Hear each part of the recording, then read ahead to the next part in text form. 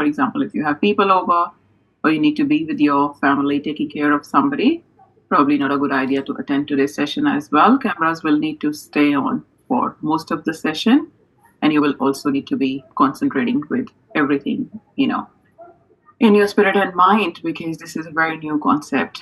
Subhash, did you have a question? Yes, Artik. May I know when will we be getting the certificate for this session? Within 7 days. Can I please can you make a special consideration for me, because I've already booked my um, placement for next week starting Monday. And why would you do that, Subhash? Because last Tuesday on 18th of March Mhm. I attended a session, but apparently it was a different session. I thought it was this session, so I was waiting till this Tuesday. I didn't receive any certificate. I emailed the playwork team, and they said oh, we don't have any record of your attendance. So that's the case. So this is the session I could join. Yeah, so Subhash, what's going to happen? I'm not the one who issues the certificates, and the Hmm. person who will issue the certificate will not be back to work till next week. So I will send the list after I see, satisfactory interaction by tomorrow, and then I would say chances are really slim that you will get it on Monday. You may or may not, but who's your mentor? My mentor is Emily Lee. Emily Lee. Yes. So, Yeah. hmm, have you considered not doing the placement sometime soon? Have you considered maybe doing it later? I've already booked, and if I double book it, I'll be pushed. So that's the only issue. Absolutely. But, as I say to all my students in these training sessions, that sometimes fast tracking to failure is not recommended as well. So it's not just the booking the session, it's about thinking about passing as well. How are you going with your loose part selection? Uh, so this is my first training, because that session I joined was apparently not this playwork training session. Yeah, so you don't know anything about loose parts. Let I Emily. do have an idea, and I also have made up my mind about selecting loose parts like milk crates, ropes. Yeah, So you will need much more than an idea. You will actually need time, and we'll talk about that in the training today. So just keep an open mind. I'm happy for you to stay for the training. That's not an issue. But I'm a big believer, that as a student, if you commit to something, make it worth it. There's no point doing all this again just because you want to do it very quickly. I would rather have you pass than, go through these motions again and again. That's what my recommendation would be. I totally understand, but I would really appreciate if you could make an exception, because I I don't really have the access to certificates, Subhash. As I said, I'm not the one who issues certificate. That's not what I'm employed to do. I'm employed to do the training, so I will not be issuing any certificates. all right. Thank you, Arti. You're very welcome. All right, welcome everybody. People who don't have the cameras on, can I encourage everybody to have your cameras on, please? So before we start today's session, I would just like to pause and acknowledge that I'm on the Wadawaran country, and I would also like to acknowledge that the sovereignty was never ceded, and I am on the stolen land. The history of this country is stained with blood, massacre, and lots of unpleasant things. So I hope that as we move forward in the spirit of reconciliation, we have the courage to share what really happened and learn from those lessons. I would like to pay respects to Aboriginal elders past and present and extend that respect to all the Aboriginal families who continue to be resilient and fight for their justice. I wholeheartedly support that fight and stand with them. As I mentioned, I'll try my best to keep it under 2 hours, but last couple of sessions have gone over more than 30 minutes. So if you do need to be somewhere at 8 o'clock, probably not a good idea for you to start this session. If you have other commitments and cannot focus solely on this training, so for example, if you're outside, if you are in the car, I will be watching everyone very carefully. I'll also be looking at the interaction. It is an interactive session. So if I don't have any comments from you, if I call you and you're not responding, if your mic is not working, for example, please leave the session. Just because you're here physically does not guarantee that you will be getting a certificate. I have, like all my sessions, kept a very close eye, and not everyone has been able to secure a certificate. So please be mindful before you join in. then you are committing to learning for 2 hours if you are staying with me for these two. Hi, Aarti. Sorry to disturb you. Yes, Nandan, go ahead. Hope you're well. Aarti, my camera is actually not working, but I can keep my microphone on if you'd like, because I'll be actively participating into all the conversations. It's just that my laptop, the camera's not been working. I've not been attending class in the regular classes as well. I mean, in terms of the camera being shown. So I would actively participate through the It just makes it very tricky because I have no idea. Remember, if I'm talking, I'm guided by your body language as well. So, for example, I don't know if people are falling asleep. I understand your predicament, but I hope that you do mine as well. So, if you have plans to use another laptop, my suggestion to you would be attending another training session. We run them almost every day. So, certainly you will not miss on anything by not attending this session. Okay, so because my iPad is out of charge as well, otherwise I could have used that. It's pretty stupid of me. Yes, good problem solving there. So see what you can do. But yes, if you don't have your cameras on, it's one of the requirements. Okay, but is it not enough for me to actively participate in every conversation? If you leave your microphone unmuted, it will actually create audio disturbances for me. So at times you will have to be unmuted. And to be honest, everyone else who has made an effort, I understand it's not your own fault. But yes, it's one of the requirements, Nandan. So I would rather be upfront and honest with you than later on telling you after 2 hours that sorry, I can't issue any certificate. I'll join another session. Thank you. Sounds like a plan. Thank you. Yes, Kashish, go ahead. Hi, I just wanted to ask, I'm just starting the playwork session and I'm just kind of confused. This is the first session we are supposed to attend, right? Yes. After that, we are done with the session, then we go for the community placement form, right? You will begin the journey. You will not do the form straight away, but we'll talk about that. But yes, this is the very first. So I am the first person will talk to you about playwork. So yes, you're that I was confused about. So that's what I want to ask. Confusion has just begun, Kashish. Hold on. It's a bumpy ride ahead. Yes, Sachin, go ahead. Yes, so I attended a session last week on Tuesday and didn't get a certificate. Not sure why. I was active as well. Whose session? Did you attend mine? No, not yours. Somebody else's. And I even waited like a week or so. So I'm just making sure if it will be given after this or not. Yes, and that's what it is. Usually, if you are not getting a certificate with me, you'll get an email from me tonight to say, and when I email you, I'm not starting a conversation to say, convince me that you need a certificate. I'm letting you that you are not getting one. So get that as a message. Yeah. But yes, if any of my students haven't gotten a certificate, they've definitely heard from me to say, based on your interaction, based on the questions that you asked, I'm recommending that you attend another session and certificate will not be issued. So yes, you will definitely know, Sachin. That's why I thought that, no, I don't remember your name. Certainly not one of mine. Yeah, thank you. You're very welcome. Okay, people. So let's get into today's session. I'm going to start with a bit of an interactive activity. So I'm going to give you a link that you're going to use and you will think of play. Now, play is a very simple word. Hopefully all of you have some memories of play, especially when you were a child. So going back to that, I want you to just come up with one word. And based on your personal experience, I want you to tell me, what does play mean for you?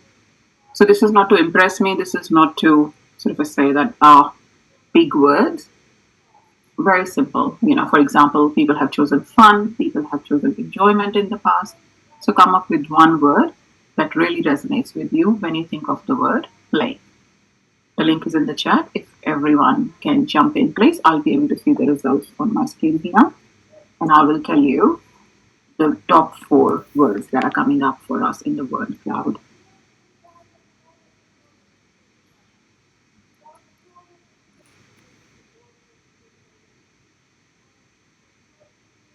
That's good. I've seen so far 3 people going ahead.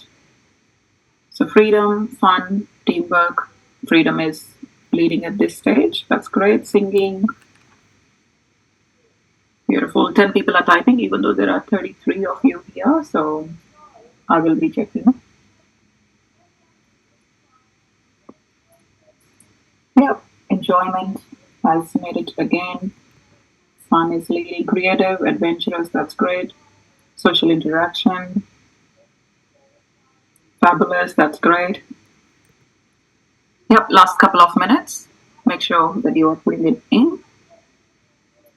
Yes, learning activity, exploration, jumping. Yep, definitely. Okay, a few seconds to go and then I'm closing this one. Nostalgic, that's interesting. All right, great. Now let's go to the role of adults in the, so it could be your parents, it could be the older siblings if they were adults at that age, or your grandparents, were they actively this and providing you or facilitating that play? So what was that role of adult in that play when you were having lots of fun?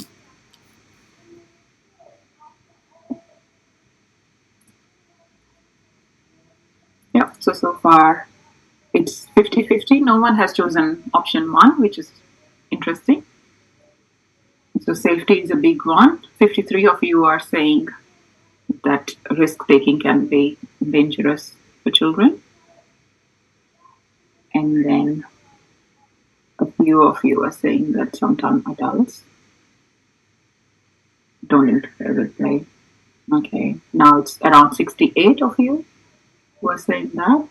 2 people have said that to guide child's play, children need that guidance, so that's adults' role as well. Last couple of minutes, so if anyone hasn't contributed yet, now is your chance. Chika, make sure you enter in the using the link. I'm not looking at the chat at this moment. Just be careful with the chat. Because I'm so busy talking to all of you, I usually don't go to the chat and read the messages sent to me. So if you have something to say, raising your hand is probably the best option.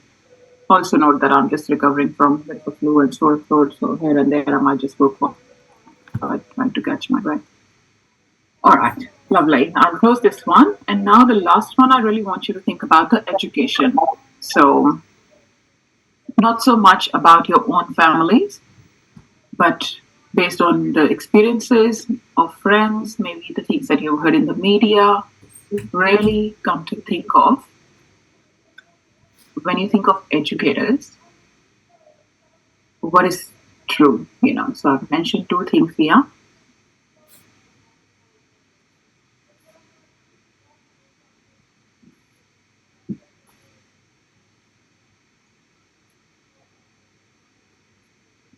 So far, 11 votes are in, and all votes are for the answer yes. Henry, you have just joined us now. I will just quickly recap that this is a 2-hour session, might go longer than that. The cameras need to be on all the time, and you need to be actively interacting and participating. Make sure your mic is working because I'll be randomly calling people to answer a few questions. Other people who have just joined as well, please turn the cameras on. Momentarily, you can turn the cameras off. Just drop a message in the chat if you're going. But yes, stay here. All right, so 28 votes so far, and most of the people have said yes, adults have the potential to impact children's play negatively.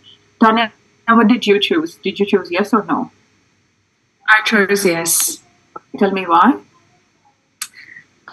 Because in my using my experience, when I was a kid, my parents were very protective, and they would often scold me if I would go out of my way and try new things. So I feel like that somehow impacted my play negatively. So I chose yes. Yes, personal experience. Great. Anybody else? I have also chosen yes because I think if adults are too much of proactive and they try to manipulate how children are playing, that can actually affect children's imagination and their ability to agency. Now, when we're talking about children's agency, remember that the example that was given earlier is the parents, and parents usually will be protective, so that's how the instinct goes. But think about the education. Does anybody work in the childcare already, or any exposure here in this group? No one? Not yet. Okay. So we'll be pulling, a few examples out of that sector to let you know as well. But interesting. Yes, Krish, go ahead. I was just saying that I think that the adults have a potential impact on children's play because so for me, when I look at education in that sense, I look at it as like innovation, creativity, and I think when adults like restrict you and like supervise you so much, you don't have that freedom of creativity and then kind of exploring your options there. So I think there has to be like a balance between risk and like creativity, but then I also feel like parents and adults should let children explore and see how they go with everything rather than just like putting like a monitor on them constantly. That's what I feel. Yeah, I totally agree. But also start thinking about, so today we are going to dive deeper into play. So start thinking about that. What would make adults do those things? So instinct is one, culture is another, that nobody wants to do the wrong thing. Sometimes the intentions are good, but what kind of impact, it does have. So yes, good point. I won't be able to go to everyone just because of the time. But yes, randomly I'll choose. Princey, go ahead.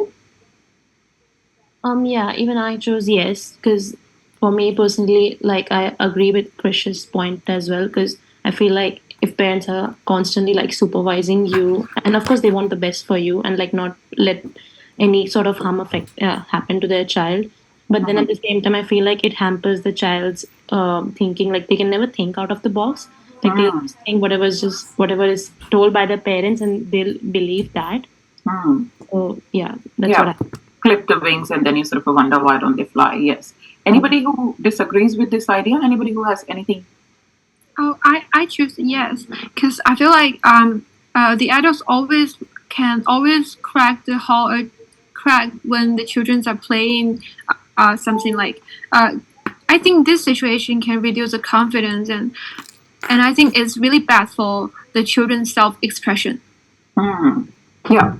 So I agree with all of you, but just remember that we are talking about the education. So when you are leading your early childhood programs, parents are nowhere near.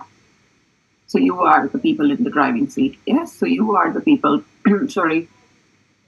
who are offering these learning experiences to children. So we are going to talk about that. What could be the complexities in that one? So hold these thoughts. People, you can put your hand down, or you can, jump in another discussion when we come to it. But I'll keep moving and start the slideshow for that way. We are not spending a Friday night till 12 a.m. Yeah? All right. So let's get into the training. We've gone through all this. So there'll be slides where I've already spoken to you about what's the content. So I'll be, powering through those slides. And then there'll be slides where I'll go really slow and give you a lot of examples and really explain. Also remember that you don't have access to these slides because they've just been put together for us to make a good use of 2 hours. I could easily spend 6, 7, 8 hours with you face to face in a class talking about not just play work, but all the components that are just touching on today. So everything that you will see here is in your learning space in all the modules. So after today, you will spend a bit of a time over the weekend, I'm hoping, going through that as well. So anything that you see here, you will not miss out on that. Sorry. So staying for 2 hours, cameras on, engage in notes, and then within 7 days, you will receive that certificate. Certificate will come from another person, so it won't be my email. Make sure you be courteous and say thank you. So we've talked about play. All right. I'm going to spend a couple of minutes and just orientate you that where you are today and where will you go next, give you a bit of a background to what happened so it's all clear. Usually there are a lot of questions. Now, while you are doing this placement, Compage is your best friend. I need you to come to Compage every day, regularly, check, read it carefully. That's where all the messages are. For example, the person who issues certificate is sick. They are gone for 7 days. They can't issue those certificates. You're wondering what's happening. It'll be on the Compage to say, no, the person is not well. Same thing with training sessions, same thing with your mentor session. Anything that we need to get to you quickly will just sit in the news item on the comms page. So please make sure you read that. This flowchart sits there as well. Today you are in this lovely green zone. You are attending the training with me. If you go to your Collaborate Now form page and then go to your learning space, which is on the left-hand side, scroll all the way down, you will see something called a scrapbook. I encourage you to download that right now. And while we are talking, you can start to make yourself familiar. Scrapbook is that tool that will go with you every time you go to placement, and you will start to make some notes in that. That scrapbook is the only tool that will help you pass. So everything that you do in this placement, you actually jot it down in your scrapbook. So of course you'll need to print it, but that can, wait until a couple of days. But yes, you can certainly start to make yourself familiar. Sorry. After today, tomorrow, day after, I need you to start using your Collaborate content, start to read, complete your Risky Play module. Very interesting stuff, but also very different as well. Playwork, I'm proud to say that it's nothing like that you have experienced before. The only university in Australia to offer this, the only unit who prepares you for playwork. All the other units gear towards making you a better educator. So this is a totally different lens, and that makes it very unique as well. So that means there's the capacity to blow your mind a little, which sometimes can be a bit challenging. I find that students struggle with this unit just because there's a lot to unlearn before they can learn new things. When you complete that Risky Play module, you will watch a documentary called The Land, and that will really set the scene up for you in terms of what I'm talking about, what it looks like visually, and all the things. So even after training today, you will start to see play very differently than what you do at 6 o'clock. But yes, definitely use this discussion as a springboard to go and start engaging with your content. Completing the Risky Play module will give you a play batch. Completing all your learning assessments will give you another certificate. So along with the certificate from this session and these two things, they can then go in the Dropbox. So now you are ready in terms of your Collaborate content. After that, my suggestion is don't look at this, start thinking about this. Start collecting loose parts. What these are, what will they look like, how many do I need? We will cover that in the training today. All you need to know at this stage is this is the second most popular reason why students fail this placement. So collecting loose part takes time, especially if you are an international student. You don't have access to those community hubs, you don't have a big family, not a very big circle of friends who have access to a lot of things that they buy, hence the recycling is very limited. So in my experience, it takes weeks, not days. You do get some time from the university, I think 1 day, which counts towards your collection. But I don't know anyone who's been able to collect good loose parts within 1 day. So please start as soon as you can.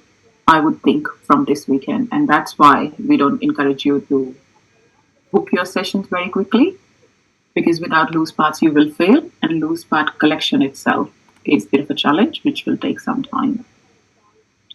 Okay, after that, let's move on to the next one. You've collected your loose parts, everything is in your Dropbox, you are ready.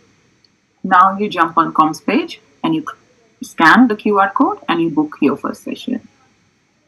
You open that form and you think that, okay, I live in Canberra, there's nothing here advertised for Canberra, and I can't really have the capacity to fly to Melbourne or Sydney. What am I going to do? Don't do anything. Then you wait for next Wednesday. Next Wednesday, that form will be updated and you may or may not get Canberra option. If you don't, then you email Playwork. I'll leave you with that email to say, I've been waiting for a couple of weeks. There is no possible options for me or the dates don't suit me. Could you please consider adding this date or this venue, whatever you need? And then one of the people who organize this may take it into consideration. Let's say that you have booked Parliament session for Melbourne to come and do that. Now, you might be the only student who has booked that session, and that list is open. Now, other students might come and join the same session, ask for the same session within 24 hours, and that list is full. The mentor will then contact you. If that list stays open and nobody chooses that session for 2 weeks, you are waiting for 2 weeks. So even if you send many emails to say, I've booked the session, I haven't heard anything, where is that session? There's nothing happening, people. It's just the background work that needs to happen. If there's a cancellation of that session, let's say you are the only one who's booked it for Parliament and no one else has picked that session, then we are going to email you and say to you that you were the only student, sorry, this session is not full, please choose another session. Yes, which makes it quite tricky, so that's why it's important that you continue to have those, communications via homepage. So booking a session and hearing from your mentor is literally out of your hands. Once you've selected something, just wait, be patient. It can take up to 20 days. It is also a possibility that you get an email today and your session is day after tomorrow. So you will not have a lot of time to then go and say, oh, I've heard from mentor now, let me quickly go and collect the loose parts. It is too late. So you prepare everything that you need to prepare and then wait for the mentor. Once your mentor is on board, they are the people who pass or fail you. So make sure you're buying chocolates and flowers. I'm just joking. So your mentor is the person that you really connect with. Your mentor is the person that you respond to the emails to say, yes, I've gotten your email. Yes, I'll be coming tomorrow. Sorry, I can't come. I have this question. Can you answer? They're well prepared and have wealth of knowledge. So they really support you from point A to point B and so on and so forth. Once you have your mentor, then you pretty much go to the placement, take your scrapbook with you. At the end of that scrapbook, if you have it open right in front of you, go to the last page, and that last page is what gets uploaded to the Dropbox. This is where your mentor will tell you. This result does not come as a surprise. We don't pass you based on your session 1 or session 2. It's a collective result. So session 1 is a lot of nerves. People are very anxious, which is quite common. Students normally don't do amazingly well for session 1 because you're just stepping into play work, and we are aware of that. It's usually by second or third session that you start to settle down a bit. You have a bit more confidence. You're asking more questions, really building your capacity, and that's where you start to have those discussions with your mentor, and your mentor will be letting you know that yes, you're doing really well. Look, I see gaps there. Chances are you might repeat this. So this doesn't usually come as a surprise. Within 14 days, your mentor is going to mark on the Dropbox to say that yes, you have successfully passed, or no, you're still working towards it. If you fail, you come back here. If you pass, then we will look after your will profile and we will update that. So your will profile does not get updated from you at all. Also, it takes a month. So before a month, don't be sending any emails. Just remember that for approximately tens of thousands of students that are going through this, there are only 2 people who manage all this. So if you send an email, your email is probably one of 3,000 something that's sitting there waiting for a response. So chances of you getting an answer to that email is slim to none. So what do? You actually attend this session.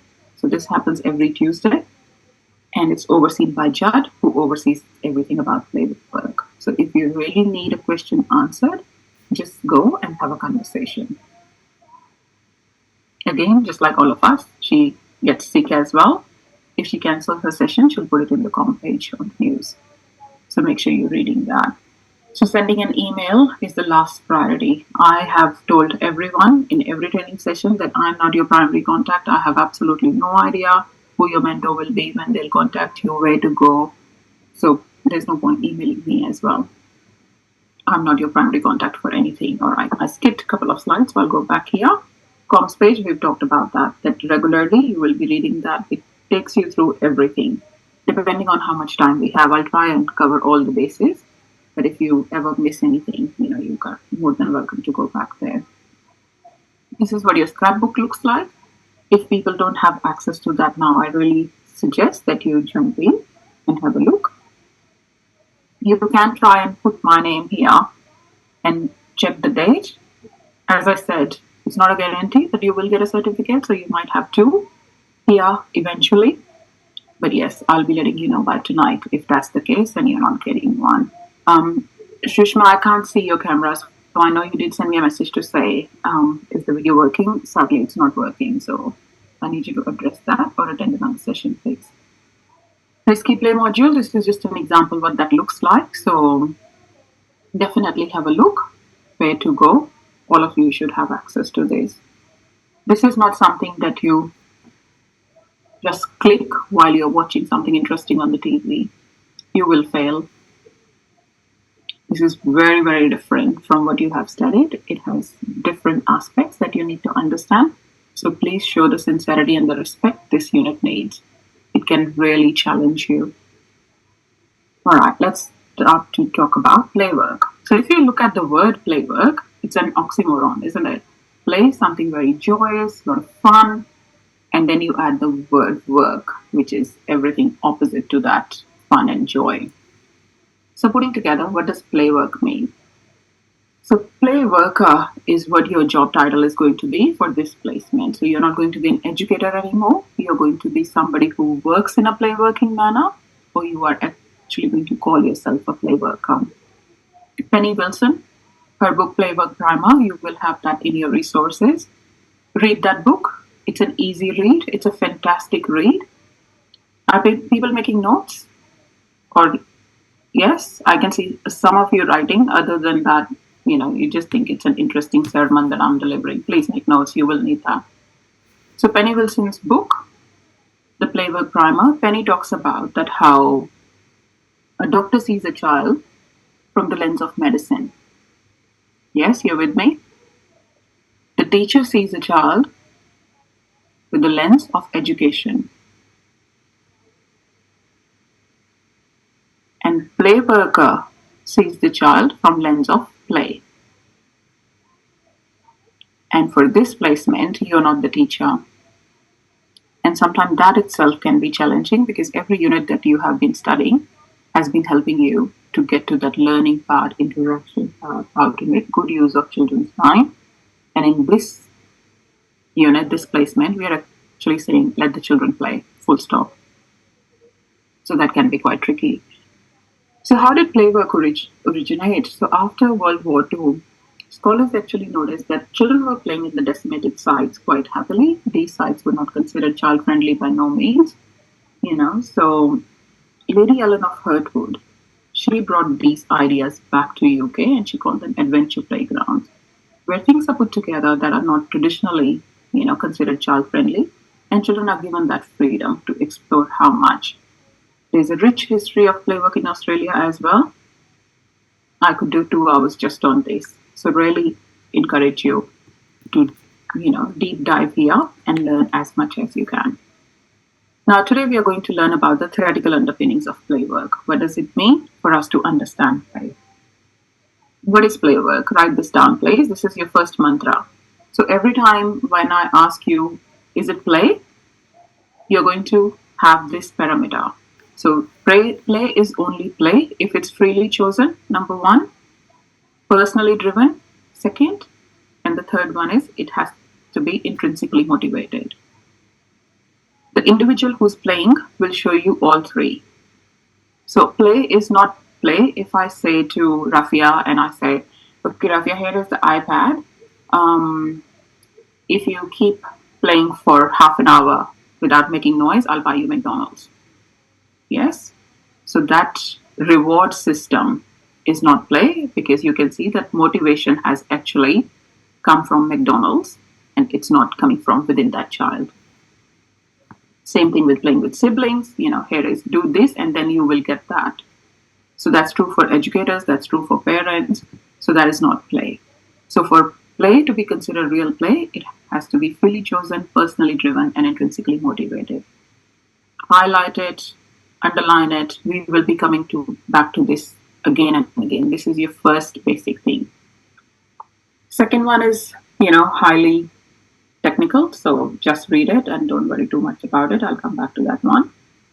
The next one I want you to write down is the job of play worker. So write down job of play worker, and then we are going to make some bullet points. So your first bullet point is to offer the broadest possible range of play types. So this is your first piece of homework coming you. Play types. You're going to research play types. Who coined the term play type? How many play types are there? What do they look like? You will find this information in your learning space. Your second bullet point is that as a job of play worker, your role will be to observe, reflect, and analyze play. Now, play is such an innocent word. How do we actually analyze play? How do I know that somebody's playing? What does that look like? So today we are going to look at play in a very sort of a clinical term. We'll really unpack the layers of what does it mean to look at play. Then your third bullet point is mode of intervention. When will you intervene? So for play work, the mode of intervention is low intervention. You don't make this big hoo-ha about entering. And your fourth bullet point is that you're going to adapt the play space. So where it says make a change, you will adapt the play space. So these are some of your broad points of what will you do as a play worker, not just this in this learning, but when you go on your placements as well. So 5 sessions is what you will do. They can be on different days, they can be on same days, depending on what sessions you choose. Take a screenshot of this. Each and every point is very important here. And this is where most students trick, because that distinction between being an educator and being a play worker, how is that different?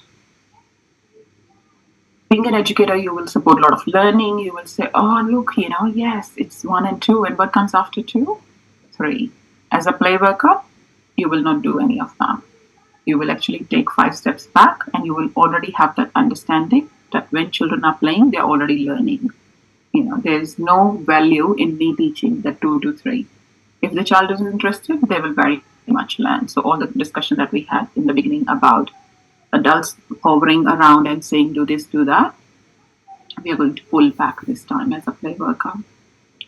Yes, so this is the point I'm referring to. There is an understanding that children will be learning through the exploration and experimentation, and they will already make connections. So you don't need to interject yourself to make that happen. This happens naturally. Also read the last one here, which is extremely important for you to understand. There is a separation between play and learning.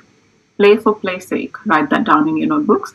Play for play's sake is what you are promoting. So I don't want any, 33 of you to go ahead and say that, beautiful sandcastle. Yeah, what is that? It's a cake. Who did you make the cake for? How many candles? Show me.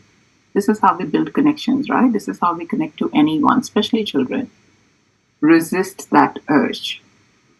You are not to be intervening in any of that. As a play worker, there are only 2 instances when you will step in. 1, when there's a hazard, and 2, when you are invited into the play. So if 3 children are sitting playing in the sandpit and they don't look at you, you don't go near them. You don't step in at all. You understand that as an adult, you have an impact on the play, most of the time negatively, so you remove yourself from that situation. You don't go back and sleep. You stay there, you actively observe, and go back to those 4 points that I gave you. What is the job of the play worker? But you don't interject, you don't intervene. Also note down, make a table. So write down on one side risk, draw a line in the middle, and on the other side write hazard, and learn the distinction between these two. What is a risk and what is a hazard? So you're going to spend a bit of a time when you are learning your content on Collaborate, and when you go to your placement, your mentor is going to have these discussions. Again, they can support your learning, but they can't always take you back to the very basics like this. So they will say, how did you do the training? And because your training certificate will have my name, I often have people saying to me, oh, this student is doing fantastic, looks like they did really well in their training. And that's what I would like to hear, rather than saying that, was this person asleep in the training? Okay, playwork pop-ups. What do they look like? What are they? 5 of these is what you will facilitate. So you just go to any public park, of course, the one that's advertised by VU. It won't be just you, it'll be another 10 to 15 VU students who will come there with loose paths. Just for the simplicity, I can use the word resources if that makes you feel any better. And then we activate the space. So write that down, write this word down, activating the space. So your loose paths should be such that they have the potential to activate the space. Now, when you activate that space, you actually create those opportunities for children to come in and engage with those loose paths. And after your 2 hours, you will then pack up and then go back. So often I get the question, will we take the loose paths with ourselves? Yes, you will. So 5 sessions, every time you take loose paths, then you bring them back. Do I need to change the loose paths? Do I need to, bring new loose paths to the sessions? Depend on your critical reflection. So go back to the points that I gave you, the 4 bullet points, and look at the number 4 point. What was it?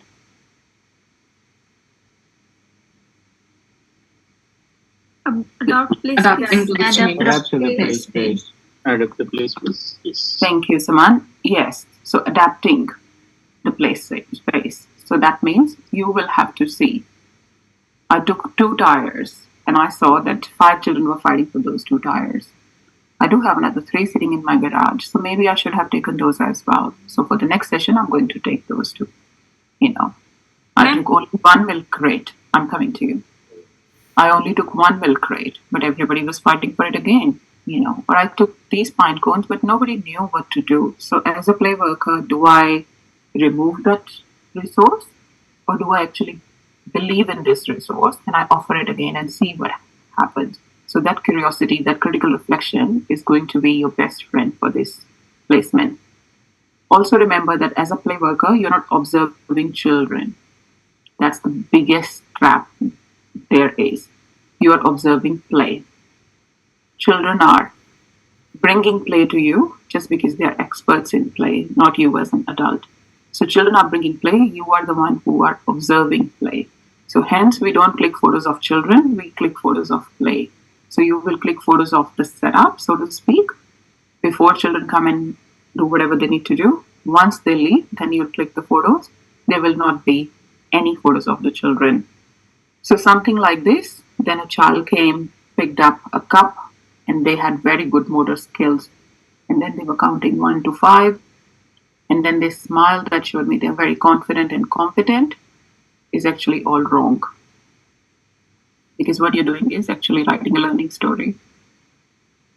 So go back to that screenshotted slide where there are no pre-prescribed outcomes.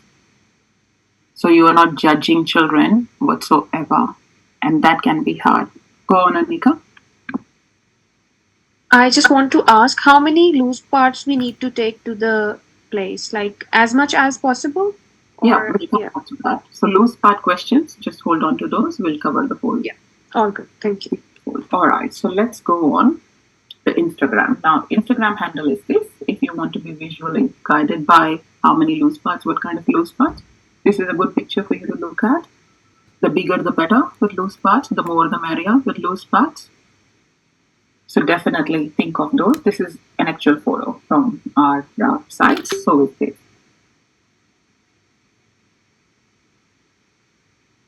With photos as well. Apart from this, I think all these photos are from the actual sites. Wheelbarrow, something like this, hard to come by. A fantastic loose part though. Children love it. Cardboards are probably the most popular loose parts. How many? As many as you can take. Again, the bigger the better. Why? We'll talk about that.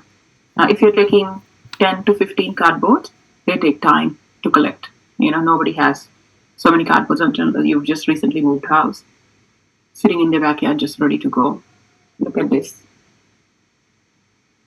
So again, it's a combination of many students bringing the things together, but this is something that a child has created. This will not be possible if nobody brought in tires because it's too hard to carry them. So you limit the opportunities of play when you limit your loose parts. So the one thing that your mentor will immediately look at is how much effort you have put in, or you are being plain lazy. Doesn't matter if you use public transport, we still need you to be innovative and think about the ways that how will you get your loose parts to your site. Also think about the different ages and abilities as well. Parks mean a lot of families will come in. So within a family, you might very well have a child who goes to school and then also a baby. So don't be surprised that that when a family comes in and you seem looking at your list.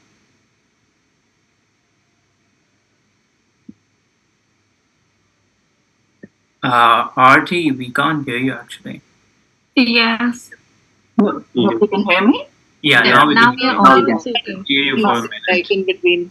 Yes, must be a network lag. Apologies for that. All right, playwork principles. Now we are going to step into a bit of a breakout room. So how this is going to work, you are going to just Google playwork principles, and one of you in the group will have it either on your screen. I encourage everybody to open their own because I think everyone will benefit from a couple of minutes of silence. And then you just make yourself familiar with these 8 principles. No one has passed this placement without the foundational knowledge of playwork principles and play cycle. This is your basis of play. So remember those 4 points that you wrote about job of play worker? And the second point was to analyze, reflect, and look at play.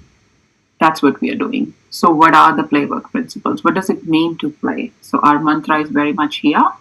Play is a process that's freely chosen, personally directed, and intrinsically motivated. Children determine and control the content and intent of their play. So just like that, there are 8 principles. So my hope is that once you come back from your breakout rooms, you have read all the 8 principles and you have had a bit of an opportunity to think about that. I think number 4 will look something like this. If you have questions, jot those down and we will have a couple of minutes just to discuss this. But this is your opportunity to get familiar with the language and then come back and have a bit of a discussion. We won't be able to go in, a detailed discussion, but at least when you read it on your own, you'll have some idea. I highly encourage everyone to print this page when you can, it is in your learning space, and attach it to your scrapbooks. So what that allows you to do, when you are at your placement and you're looking at something, you want to make a reference, because you will not be making reference to any EYLF, any VEYLDF, any of your learning frameworks, because we're not talking about learning. You will make a reference to this. So it's much easier to have a printed version and then come back to it to say, I think it's number 4. Let me quickly check. Yes, okay. This is what number 4 is saying. So in my reflection, I can just put it in bracket number 4. And when I come back to finalize my work, then I can spell it out. Does it make sense? Yes? Extremely important for you to know that there are 8 principles and what do they mean, what do they look like. So I'll pick a few. I'll tell you my favorite one and talk about that as well. But yes, before I put you in breakout rooms, are there any questions? Are they just double checking with you? So in our groups, we are to read the 8 by ourselves and sort of discuss, like share examples or like sort of clarify if we don't understand anything within that group. Is it? Correct. Yes. Okay. And I'll be a ninja. So I'll be speaking in each and everyone's group. I'll be on mute and I'll just be listening to the discussion. So for example, in my last couple of groups, people have been talking about how the language has changed, for play. Like for moms, think about your moms. When they played, what kind of language they were using. As your generation, it's a different kind of a generation and, the language has changed. But now with the younger ones who are 3 or 4 years old, play means something totally different.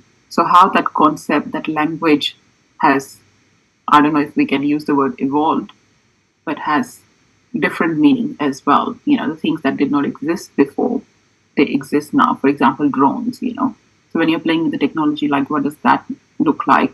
Number 7 is my favorite. So what does that mean? Number 6, what will that look like? So again, go as deep as you want to be.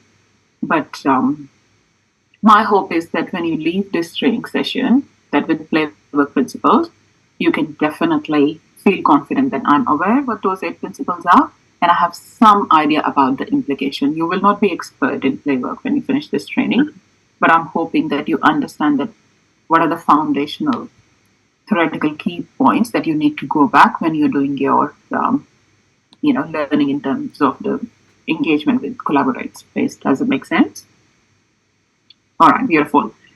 So after a couple of minutes, I can actually see who's talking, who's sharing screens and things like that. So people who are very, very quiet, I would like to know why, so then I might address my questions just to you. So if you don't want to be spotlighted all the time, now is your chance to share in your little group. So make sure You're introducing yourself, you're being professional, and really contributing your ideas to that small group. Okay, I'll set up the groups now. If anyone has any question, use this time. Yes, I have a question. Sure, Kushan, go ahead. Do we have to come up with examples for each point, or we just have to discuss it? Look, when you learn, I never think of the word have to. I think it's an invitation, not a punishment. So you think of, what is it that you want to? Because ultimately you are the one who will pass this placement. So I think the more comfortable and confident you are, easier your work becomes. So when I think of number 7, I will give you an example for sure. So to begin with, just make yourself familiar.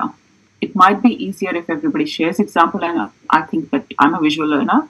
So I'll sort of create that picture within my mind to say that for 4, looks like this to me. What do you think, Kushal?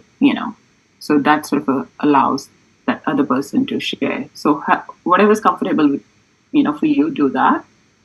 But yes, use this opportunity to engage, to really, within the small group, have that collaboration. So a couple of minutes just to read, and then maybe another 5 minutes for you to have a robust discussion. And meanwhile, I'll try and be fly on the wall as well. Okay.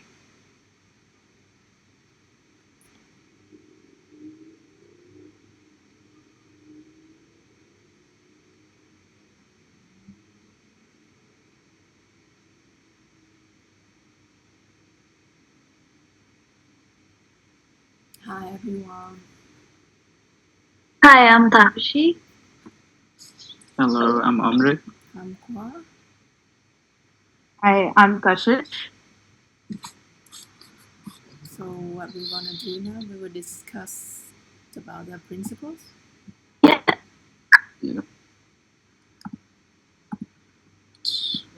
So,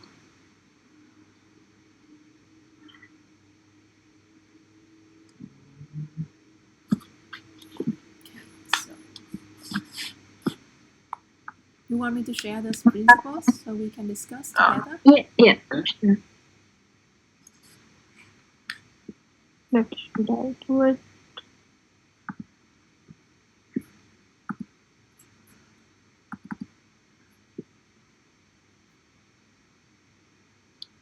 Else I can share. Can you see that? Not really. no, yeah. What about now? Yeah. Yeah. So I'm totally agree with the first one. Yeah.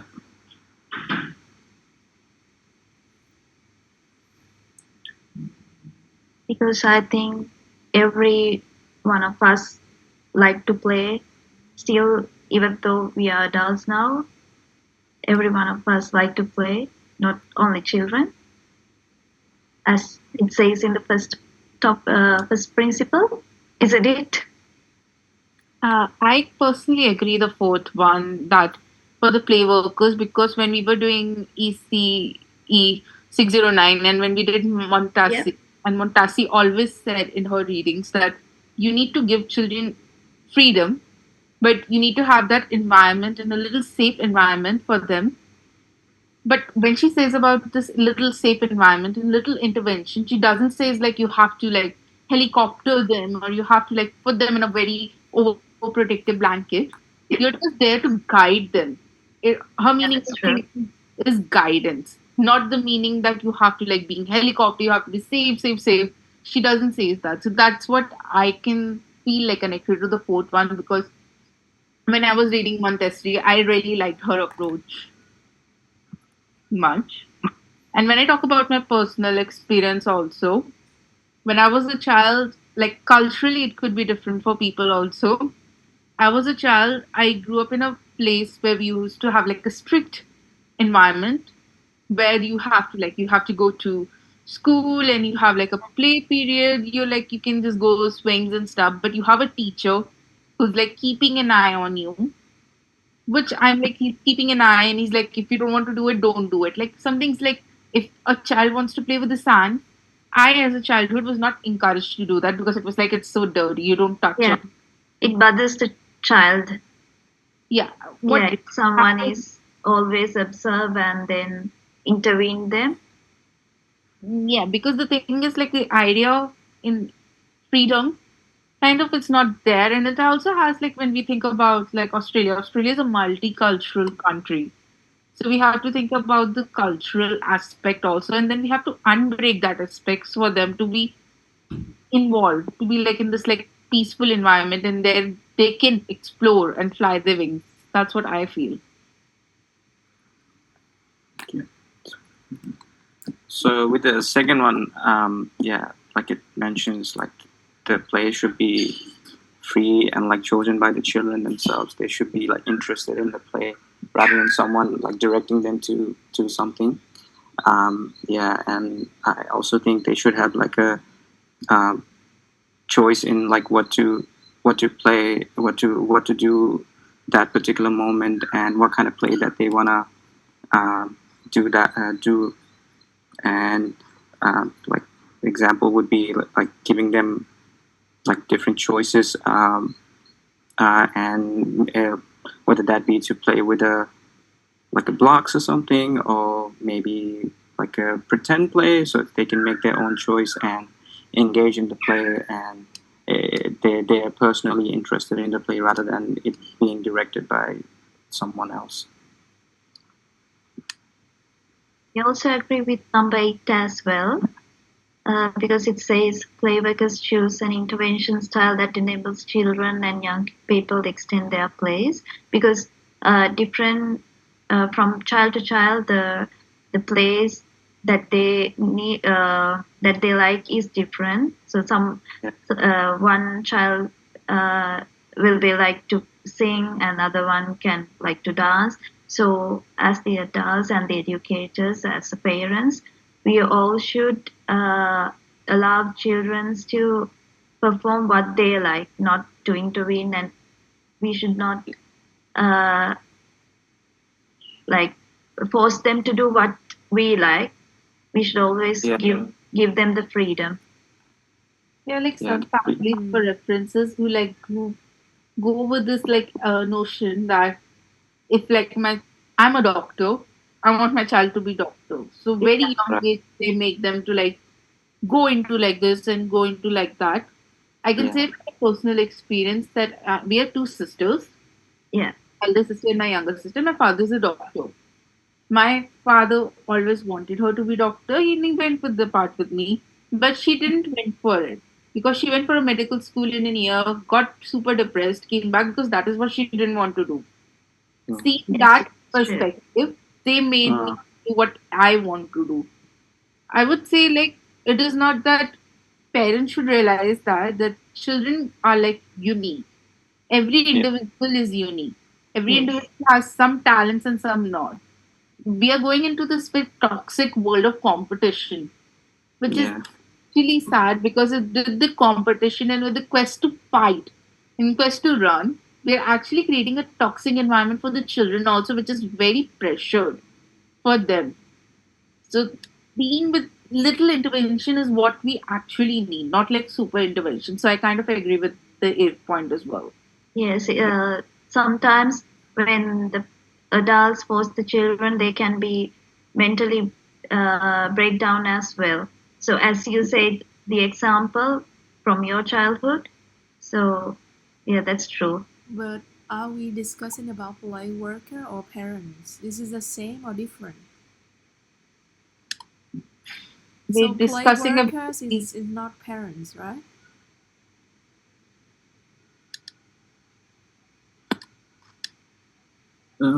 I think we're like discussing like how parents, like when child's like in their early years, like something like how parents view their child, like what they want them to become, could influence like child's like early education and whatnot, and their future careers as well, and them being not like able to like engage in the play that they want to like Yeah, but involve in. I'm I not guess. sure like what the teacher asked us to do is to discuss about the principle of play worker, like the play worker need to follow or discuss about our childhood experience with our parents. what did she ask us to do? I'm not really sure. What she asked us to do is discuss the principles and the each principle that we agree with, and then so it says about the play workers, what they need to do, the principles that they need to follow, and so so in the 8th one it says that we need to give the freedom for the children. So, but she told one of the examples from her childhood, from her family. But So, is it related to the play worker? Like when we give example about our family, or just example about our childhood experience at the childcare center? Sorry. So does it mean that we give experience about our parents, or just experience about our childhood at this childcare center? No, it's like commonly how like adults need to treat for the children, like when they need to play. As I heard, it's the thing that she asked us to do, isn't it? Basically, we're talking about how these theories we resonate with them as a person and as like a from a lenses of a play worker, and how does like we feel like from the perspective of a past and from the perspective of our knowledge and what we think. So we're just having a discussion over it. Yeah. So yeah, and also about the sixth like point in regards to like reflective practices, I think like the like our teacher mentioned earlier, like if the child is struggling in a, like let's say for example like a group setting, they're like being shy, we can like introduce them to like a small, like interact with them like a little bit more intimately, and then slowly introduce them to like a group setting. That way they can feel more confident in like a group setting, and that like this kind of like reflective practice, like identifying that the child is struggling in like a group setting, and then like slowly introducing, like building their confidence up and introducing them back into that setting could be like beneficial, I would say. If you guys want to add something more to that. Is it the number 6? Yeah. Number 6? Yeah, but reflective practice. Like we document their behavior, and just if they're struggling with something, and just try and work that out and slowly introduce them. Like I mentioned, like an example of a child struggling in a group setting. I'm not sure is it the right thing to do. Like when the child not feel comfortable in the group setting, should we intervene or just leave them? Not like it is feeling like very difficult for the child itself, because like she said, if it is very extreme, then you intervene. If it is not that extreme, you don't intervene. Right. If you're seeing that the child is very uncomfortable and not connecting to the group at all, not participating at all, Yeah, I guess. if we feel like that's a risk to the child, so in a case like that, we can intervene. Otherwise, we can't. Yeah. Should we intervene, or just let them be shy like that at the beginning? But if they keep encounter with the group setting for a while, might be they will feel comfortable in the future. Should we let them be like that, or should we intervene? That's it says like not in the first setting when that child is like in a group for the first time. We're definitely not intervening them. We're seeing them give some parts consecutive days or like some observations. After that, we realize that with the observation, if the child is not opening up to the group, then we intervene. Or there's a problem with it. If the child is opening up in the group, then why would we intervene? We'll let them explore within the group. Yeah, I think maybe this is the number 8, right? We need to balance risk with the developmental benefit and the well-being of children. Is it number 8? Yeah. Yeah. Yeah. like it says, like in the point 5, like the role of play workers is to support all children and young people, like in creating a space which they can play. So when we talk about this group setting situation, our job is basically we are creating a space for them that we can play. We keep them in the group, we let them like explore in the group, but Yeah. when we see like it's not doing betterment for them in the group and it's hampering them to be explorative and to be like more exploring about themselves, then we intervene in a sense. Yeah. But we need to always observe them, and we need to take care about their, like, they can, since they are small children, they can be fall up to hazards and risks, so that we need to actively observe them as well, well, even Yeah. though we don't intervene them. Yeah, while we're not intervening, we need to also consider like child's history also. Because sometimes children can also have like a very different environment. It could be a toxic environment or not. So we have Yeah. in mind while creating a space for them also. Yes. Yeah. So, did you see Like, the sorry, Prakash. notification that we will leave this room in 30 seconds? Yeah. Yeah. Anyone has any last points? We can just discuss that in 30 seconds. I don't think that will be enough. Yeah, I think I like let me see which one. Yeah, the number 2. Number 2. Yeah, the mantra Okay. freely chosen, personally directed, and intrinsically motivated. I think that's so true, and we can apply it for ourselves as well, you know, because sometimes life's so busy and we forget to play. Yeah. Yeah.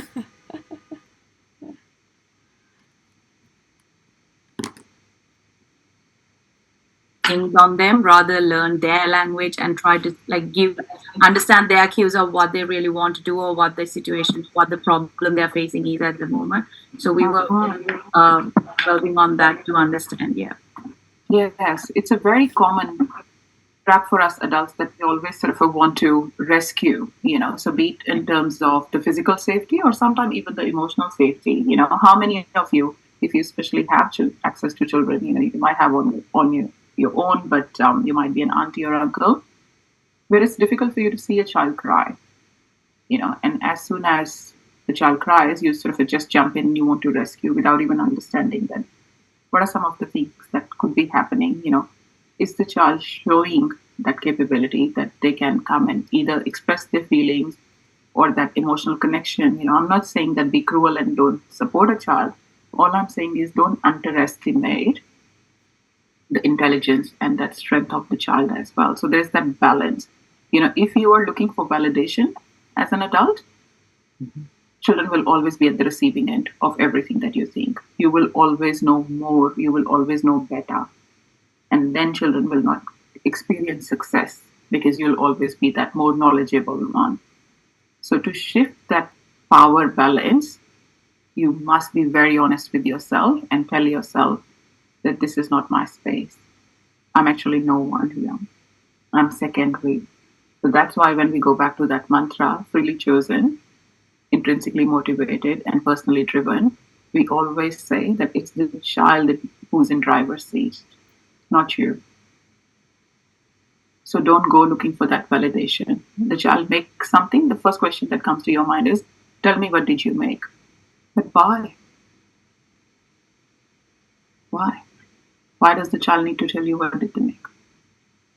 Is it for you or is it for the child? Or did you ask that would the child like to tell you what they made? Or presume that because you're older, bigger, you must have that knowledge?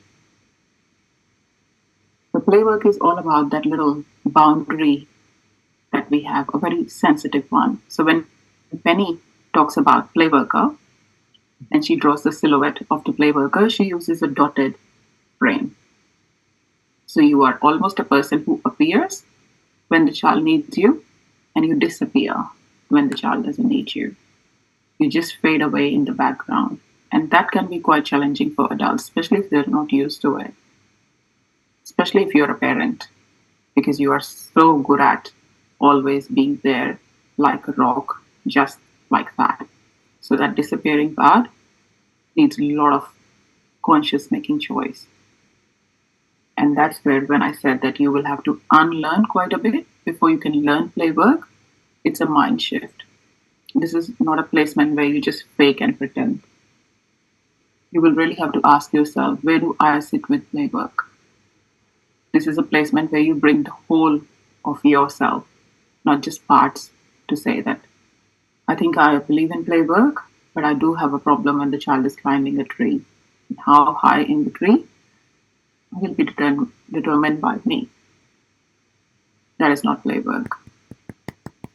Okay, let's come back to the play work principles. So far, I've heard number 4 was giving people a bit of a grief. Any other comments about number 4?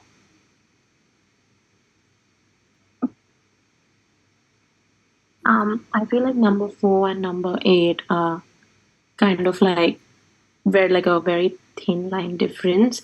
Like as you mentioned before, like we are not determining how far the child will be climbing in the tree. But then again, as per 8, it's like if I can see that a child has fallen and there's an injury and he's bleeding, you're going to step in and like rescue the child.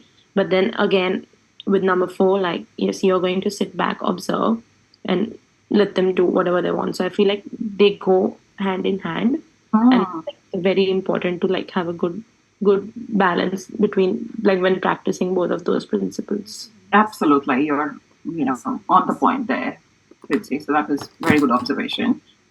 And remember, Lady Eleanor Ferdwood, there's a very famous quote that we use in playwork. It goes like this. So write this down in your notebooks.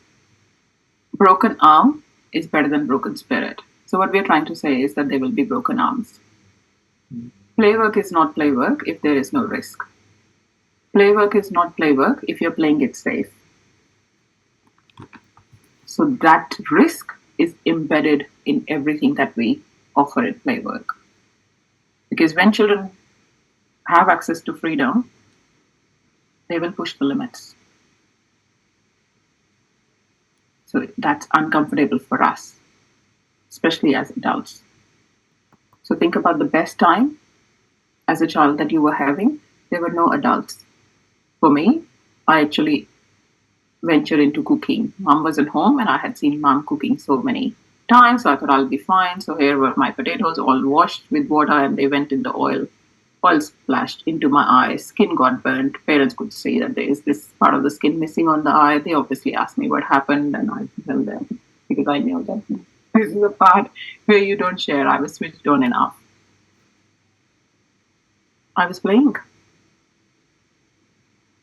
But I knew that my, that constraint was right there. It'll be the same for all of you. So adults do have a role, but just remember that as a play worker, and my parents were certainly not play workers, so this one, that you advocate for play. And if you have an adult agenda to keep children safe, you need to work with that as a secondary motive. So yes, if the child has fallen and they're bleeding, you definitely support and do what needs to be done. But what you don't start with is the pedagogy of fear. So this is really important for you, that when the child starts climbing, you allow that trust. You don't go, ooh, I'm not too sure. Is it too high? I think that's enough. You can come down now. That's not the child showing you. That's you feeling scared. And if you are feeling scared, I need you to check in with yourself that is it just you based on your experiences, your upbringing, your culture, your bias. And that's why number 7 is my favorite. Each one of you sitting here has a play bias. For some, it'll be heights. For some, it'll be weather. For some, it'll be something strong like gunplay, colorful language. There will be triggers in your own life that you are big to say, well, that is not on. That is not how we play. And for other families, that's quite okay. So you will recognize that bias. You will recognize your own impact. So if I'm in charge of play and it's wet and cold outside, there's no way that I want to open the door and let children go outside. That doesn't happen as a mom. That doesn't happen as a teacher. I need to acknowledge that first, recognize the impact that it can potentially have on my group of students, and then work with my team to say, how can I overcome that bias? Yes? Because otherwise, that bias will continue to impact number of children, and play will never be play. And these things will keep changing. Children who grow up on the farm will have very different experience than children, who are born and brought up in South Tiara. A young girl growing up in rural India, around 14, 15-year-old, will look at life very differently with different capabilities than somebody who's growing up in Metro Melbourne. Not because of the age difference, but because of the environment, the way society sees you. So in our sector, usually children are given access to scissors when they are in the pre-kinder or kinder space, which is around, I would say, anything between 3.5 onwards. In almost all the islander communities, children have access to knives when they are really young. Because these are sustainable societies, a lot of things come from the tree. So children need to have access to those real life tools so they can participate in those discussions, those day-to-day tasks. So tools are not looked at as dangerous tools. Tools are just tools. And I always say to people that if you don't give a tool to a young child saying that you haven't been a capable user without even having access to that, it's as good as if I ask you a question in French and all of you are looking at me and I'm then getting angry to say, but why are you not responding? If I don't give you exposure, if I don't open up those opportunities of learning, that learning is not there. So children don't know how to use scissors because nobody has actually given them scissors. And it's quite interesting that these tools are usually offered when the ratio of children is 11 children to 1 educator, not when it's 4 children and 1 educator. Why? Because they're too young. So who decides? The 2-year-old in islander community can use this very effectively, but not in Metro Melbourne. Because adults have decided that you are not capable enough.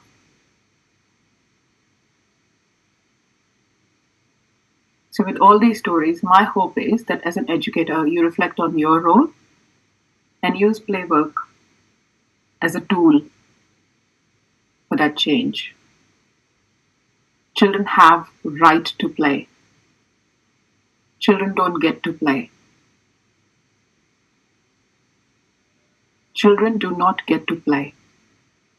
That is the sad reality. And I'm talking about kinders, where children are enrolled and are expected to play almost all the time.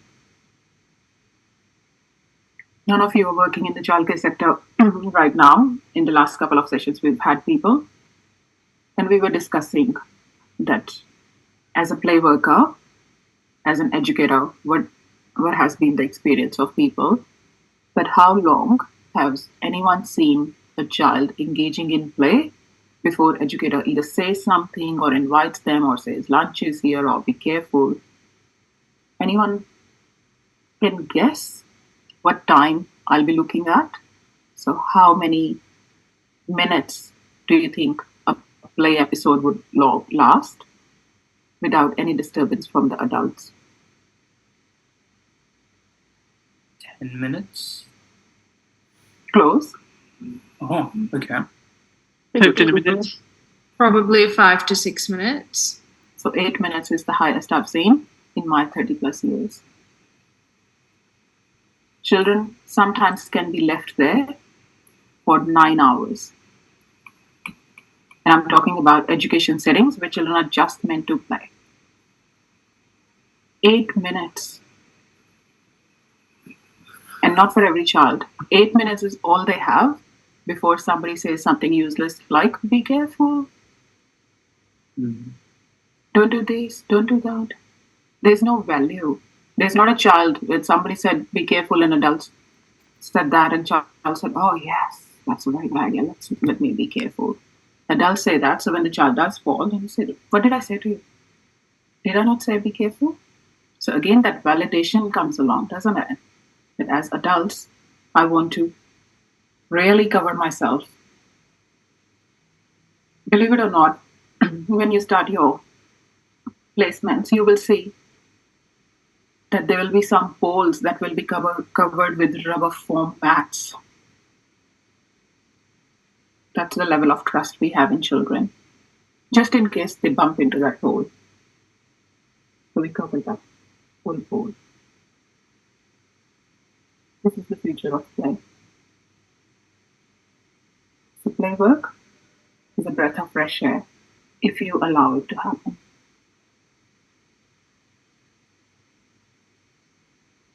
Any other questions about the principles?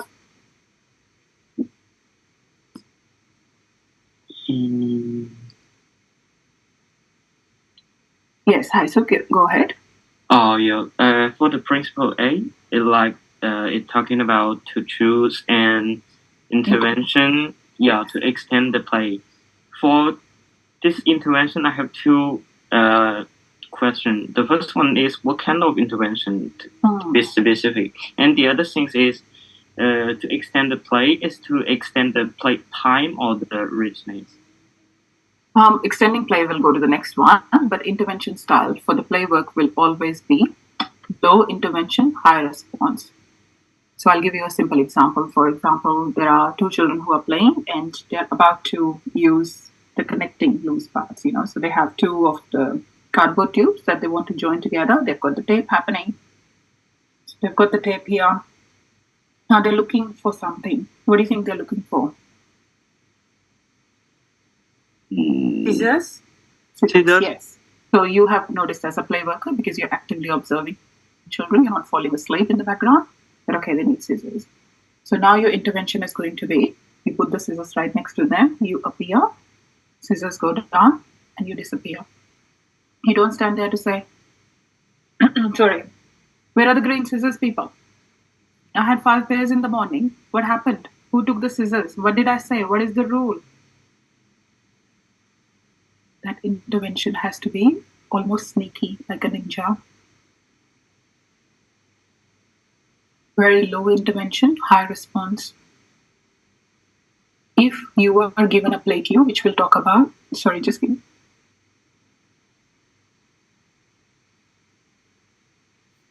Oh, sorry, it doesn't help that there's so much talking. But yes, I'll show you some more examples. Okay. Now, these principles, I've just introduced these to you. So make sure that you are using your own knowledge, your reflections to come back to these. Make sure you are referencing these when you're doing your reflections. Equally important, if not more, is the play cycle. Now, play cycle is a bit more technical, so it'll take you a bit of a grit to come back and learn this. I'm going to stop here and talk about that. Did somebody have a question? I did see a hand up. Yes, ma'am. I have a few questions. Like suppose if you are observing the children as a play worker, so we are not allowed to intervene the children and intersect in their play work. So suppose, for example, if they climb the tree and after a certain time, so if we keep observing and they fell from the trees, and so who will be the responsible for the parents? Like if the parents will tell us about, so you are observing them and you have you could not support the children. So on that case, so do you know how to climb the trees alone? Yes, ma'am. But I mean, for the children who is climbing the tree, and if he falls from the tree, and if he's hurt from himself, so as a play worker, will be the responsible or the how we can explain the parents? Of course, parents are from the same generation too. Parents are not going to allow children climbing the tree at all. So I can tell you now that when you have your placements, there will be not a single child climbing the tree. There's no way children are allowed to climb the trees. At least not in the urban areas if you're doing your placement here. That's number one. Second, when you sit in your car and you drive somewhere, do you think about that I want to meet an accident today? No one does. That's why hospitals are there, yes? Accidents are called accidents because they are accidents. So they happen, and then we do what we need to do. So if the child climbs the tree and falls down, there are hospitals. What did Lady Ellen of Hurtwood said? That there will be broken arms. Have you ever wondered that why children's body heal much faster than the adults? They are meant to go through this. I understand that you're worried about the legalities. That's why the mentor is there. But that pedagogy of fear. So your first response is to think that if the child climbs the tree, they'll fall. You didn't think that the child will be successful. Why? No, I think the child will be successful, but from another perspective. So, as a player worker, and from parent perspective, so the legality comes in. Parents are not going to allow children to climb, I can tell you. Yeah, and how can we promote the risky play in that case? This is where you learn about play. So today is the first time you're actually learning about play. After that will come the mulling over to say, where do I sit with this? Do I agree? Am I challenged by this? I'm a mom of 2 young girls. Before I was introduced to play, I was very much the same culture, very much. But I was actually surprised at how many times I say no. How many times I actually say, be careful. You don't know what you don't know. And after I've learned about play work, do you think I'm a play worker mom? I can't be. I need to get them out of the door. They will be playing left, right, and center all the time. They go to school, they need to get ready. So what do? I work in a play working manner. Sometimes half an hour, sometimes 45 minutes, on the weekend more than that. For 2 hours, it's a yes space. House is trashed. It doesn't look like what it's meant to be according to me as an adult, but it's their yes space. They do what they need to do. So when you introduce this concept to parents, you won't have the 2 hours to go on the training with them. What will you say to them? What does the research say? Why play is important? Also know that because you are studying in this university and you're the only one, when you go and join your employer, you're not going to have people who can mentor you in this. You will be the first one. What kind of a paperwork will you show them? What kind of a research? So when you are doing this placement, start to think far ahead. You could be using this in your interview, but you will only talk about this if you're confident enough and if you believe in it. Play therapy exists because play is therapy. But if you keep hovering and keep thinking about legalities, children don't have breathing space then. When you run your own programs alone, that's where parents are not going to be there. They will leave them under your care and you go ahead. And I've been in this sector for a very long time, and I can tell you I've had broken elbows, 2 chopped fingers, many broken teeth. No one has ever sued me ever. These things happen. Children are children. And I'm not talking about extremely risky play. I'm saying back off a little and see what happens. Let that magic unfold in your room, especially now in this climate.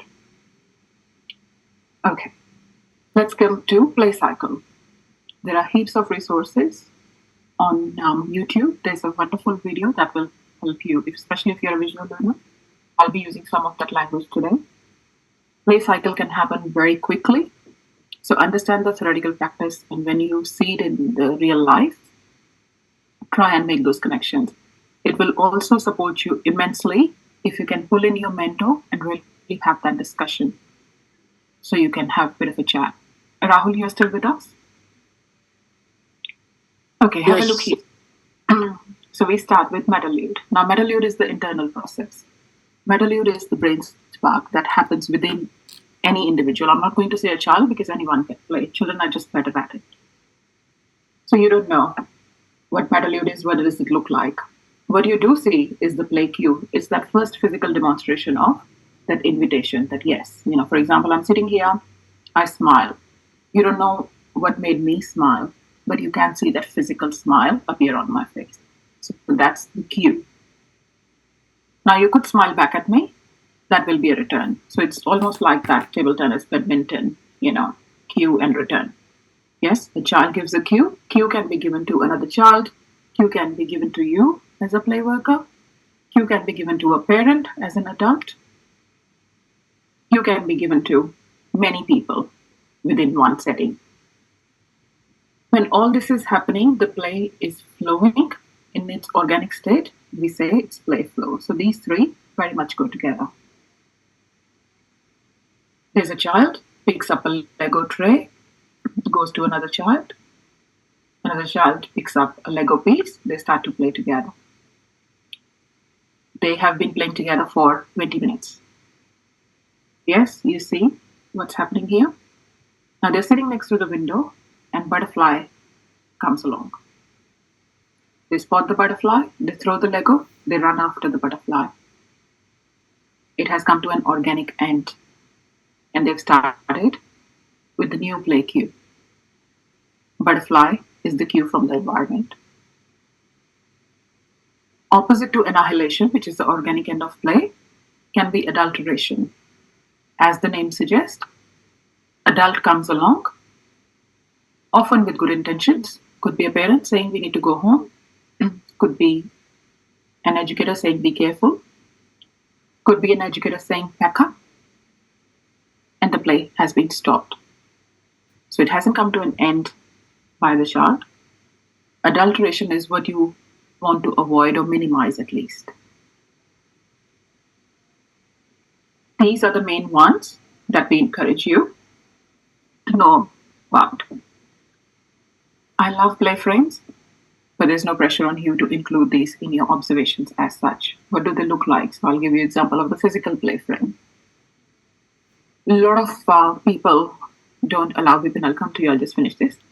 So a lot of people, educators, don't allow children to play under any kind of a structure in childcare. Just because of the supervision, we don't know what you're doing. Of course, if I can't see you, you are up to something or you are literally dying. That's the trust we have. So play frame would be that there are two children, they're under the table, there's a tablecloth so you can't actually see what the children are doing. So as an educator who's aware of the play work, you notice that children have snuck under the table and you don't stop them. And you sort of go and you slightly lift the tablecloth to see what's going on. And they say to you, oh, if you want to order a burger, you need to come from this side. So immediately I know that this is not a table anymore. It's part of the drive-through system. So that table is it's a play frame. It's that physical boundary of that play.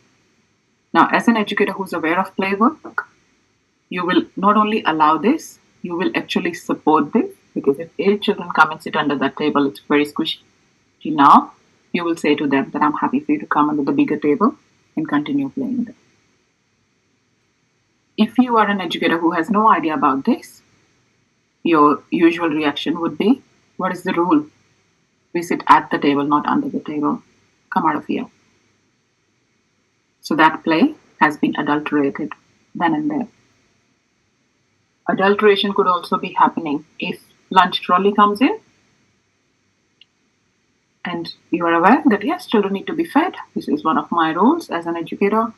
I don't want them to eat cold pasta. So 1, 2, 3, eyes on me, everybody pack up. In 5 more minutes, we will be eating lunch.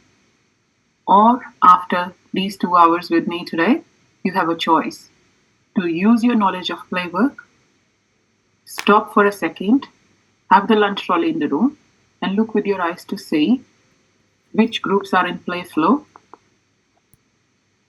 which groups have annihilated their play and they're about to jump on something else, and then interject and offer them food. That is where the beginning of progressive meals were designed. Not as this big one-size-fits-all approach to say food is here, must feed food, and that is it. So one of your jobs as play worker is going to be protecting the play cycle. Does it make sense? Yes. Yes. Vipin, go ahead. Is there a way to end the play cycle without adulteration? adulteration will always be adulteration. So there's no softer word for it. If the play cycle ends, it is annihilation if children end it.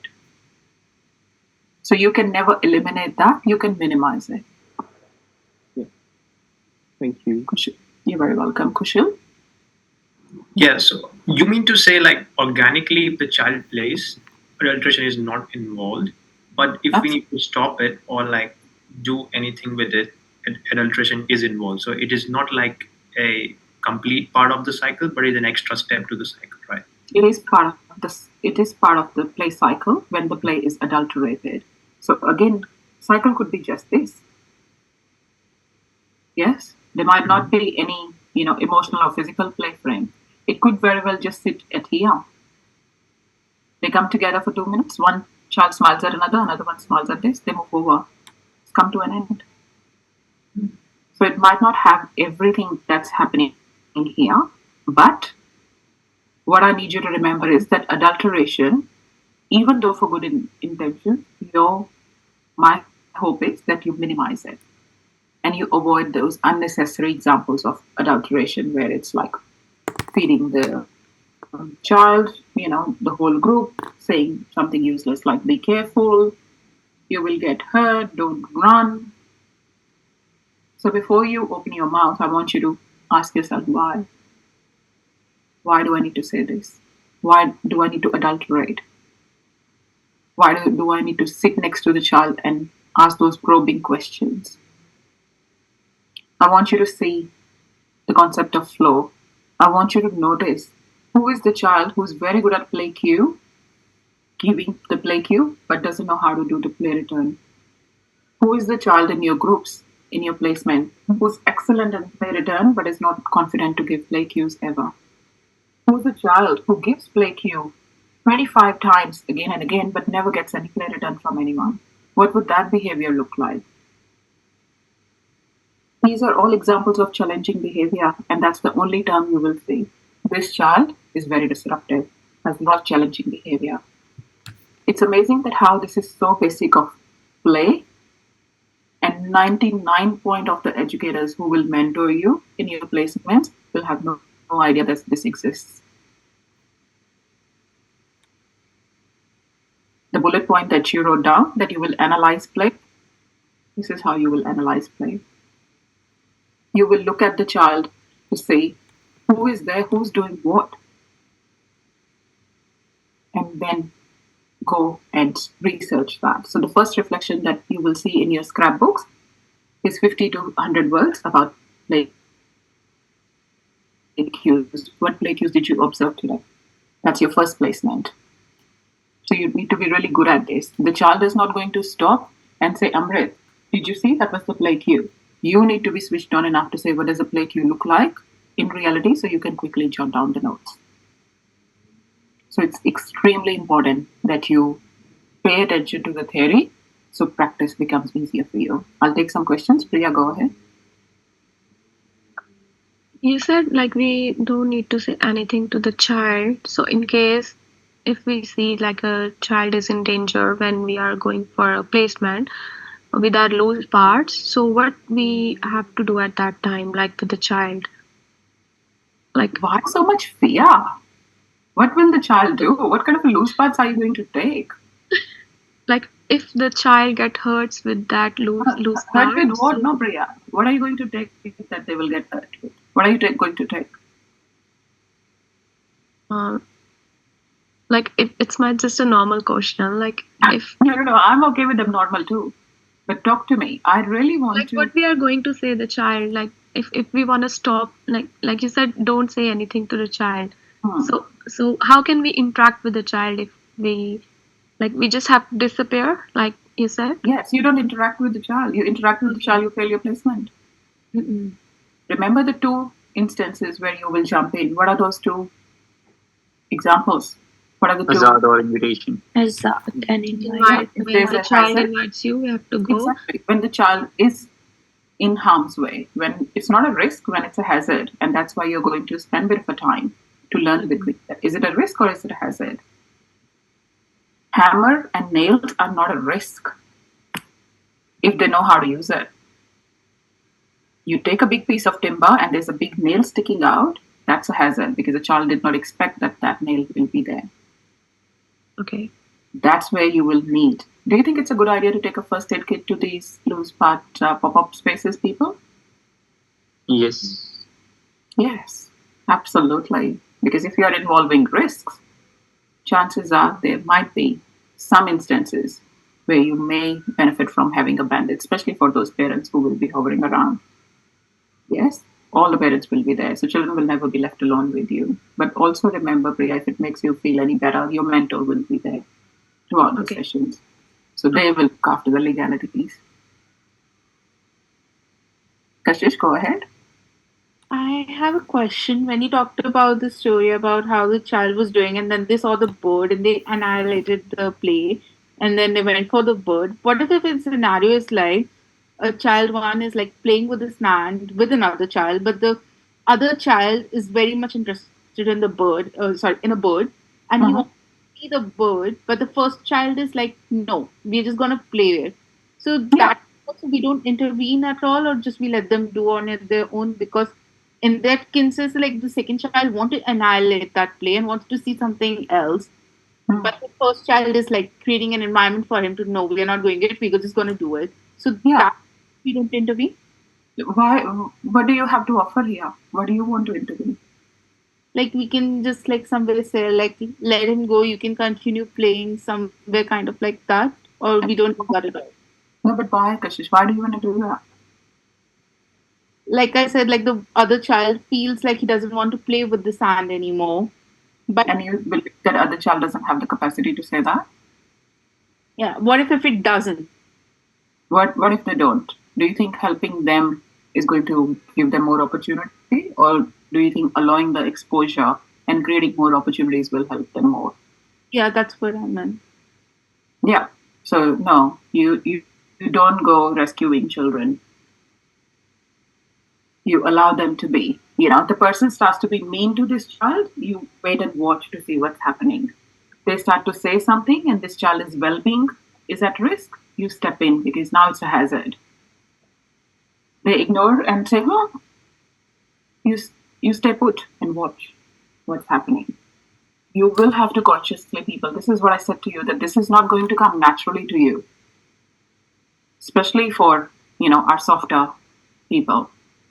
This will challenge you because, again, your biological thing is to, what can I do to make this easier on this child?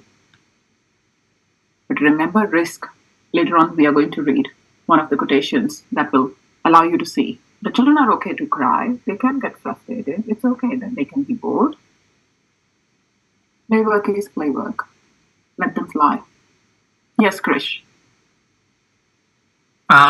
In regard to what you mentioned earlier, it was around the fact that the maximum time you've seen a play not be stopped was 8 minutes. Was that because of annihilation that it got stopped, or was it adulteration that it got stopped? No, annihilation we don't count at all because annihilation is children's business and they are doing what? I meant adulteration. Okay. Yes. Some sort of adulteration. That's the common. Right. So, yeah. Okay. Yes. So it's an epidemic. Okay, so with that in mind, basically the play cycle is still in place when the annihilation is taking place. It is only when the adulteration comes in that's when the cycle breaks, right? The whole cycle doesn't have to have all the parts. Remember? So sometimes it will just be these three. Sometimes annihilation will come, sometimes adulteration will come. So it depends.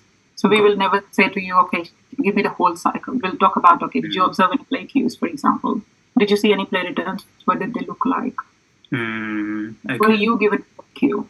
So let's say, so maybe Anushka is standing there. A child comes in, full speed, pushes Anushka falls over. Now there are two ways Anushka can handle this. There's one, that she has the understanding of this to say, it was a play cue. Not a socially appropriate one, but regardless, it was a play cue. So what Anushka needs to do is really keep an open mind and look at the child for further cues to say, do you want to play or you're just being mean? Yes? So play cue sometimes comes in different shapes and forms. So don't assume that it'll always be a smile and that warm, fuzzy feeling. especially if the child is coming from the trauma background, especially if the child does have a diagnosed disability. Play is going to look very different for all the children. So again, go back to your own biases. Yeah.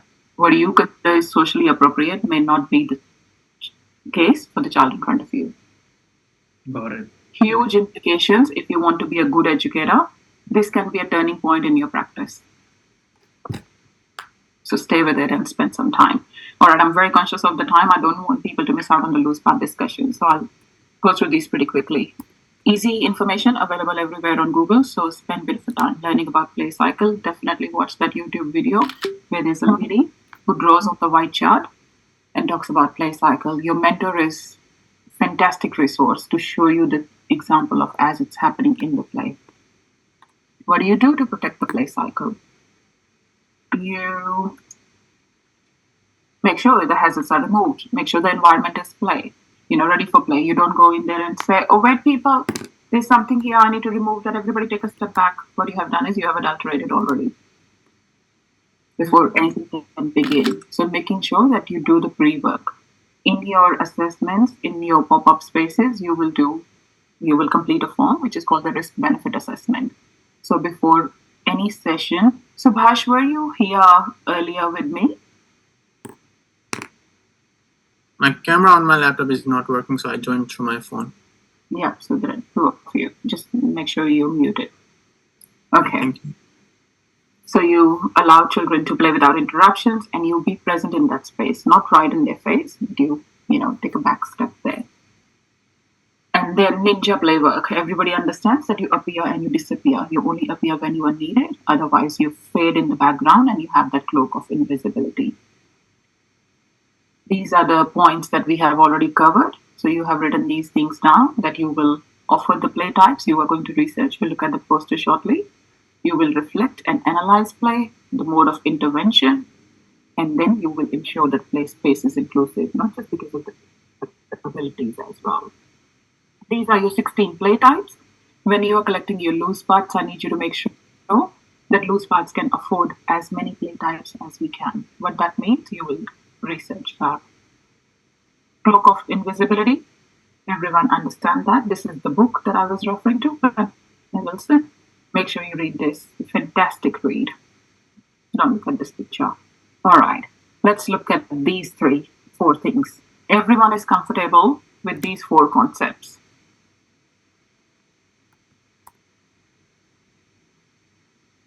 You don't know any of these, you need to do the training again.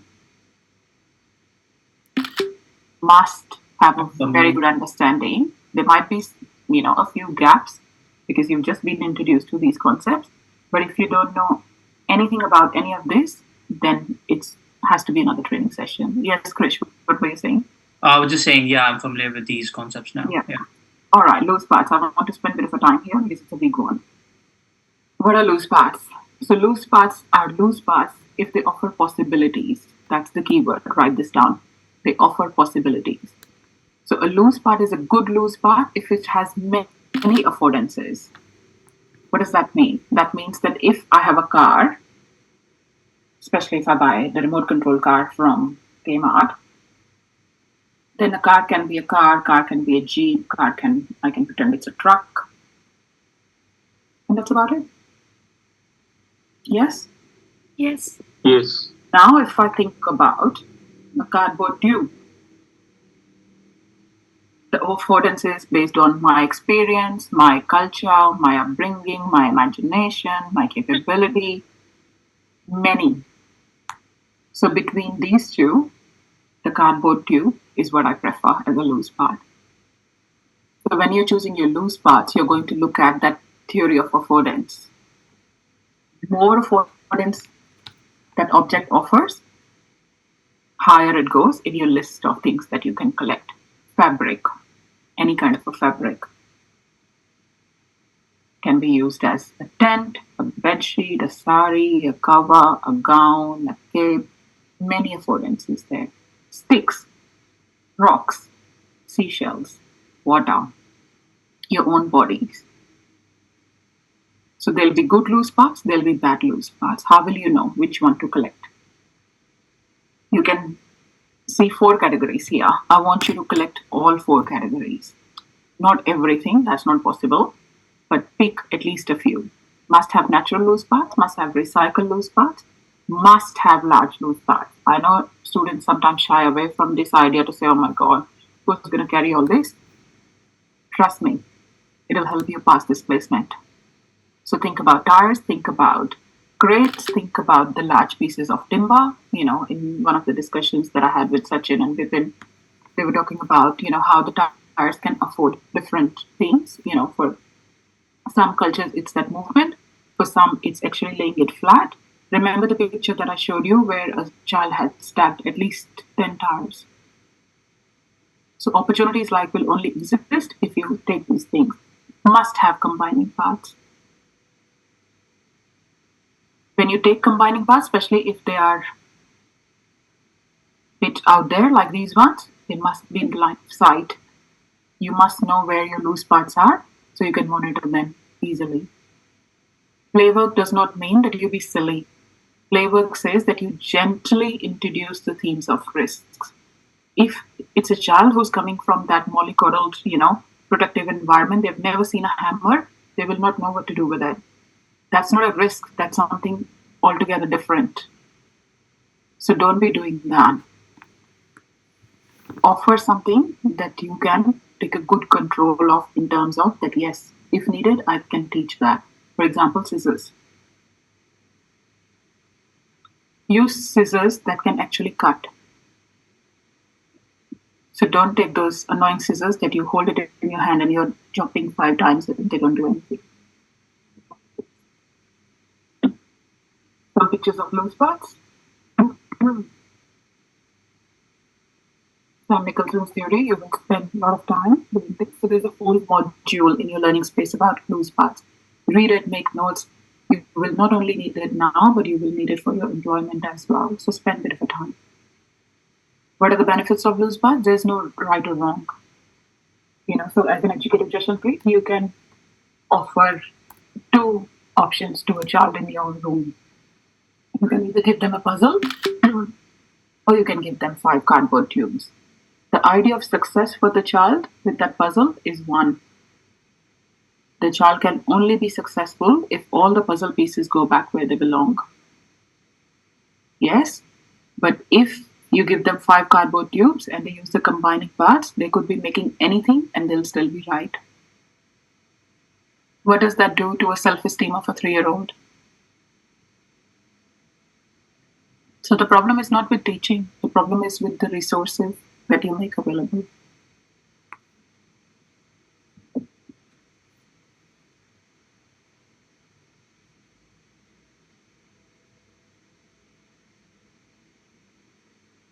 Sorry. One thing about loose parts, just remember that they can be designed and redesigned many times. All of you will go through this bit of a dilemma to say, is it a loose part, is it not a loose part, will I get in trouble?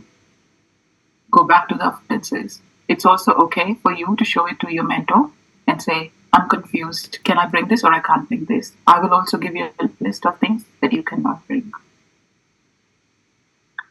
Take a photo of this. This is a good collection of loose parts. You were asking how many, what kind, this and that. Also remember that this is not part of the fence. These are loose parts. So many different fabrics in the background. All these timber pieces, sticks.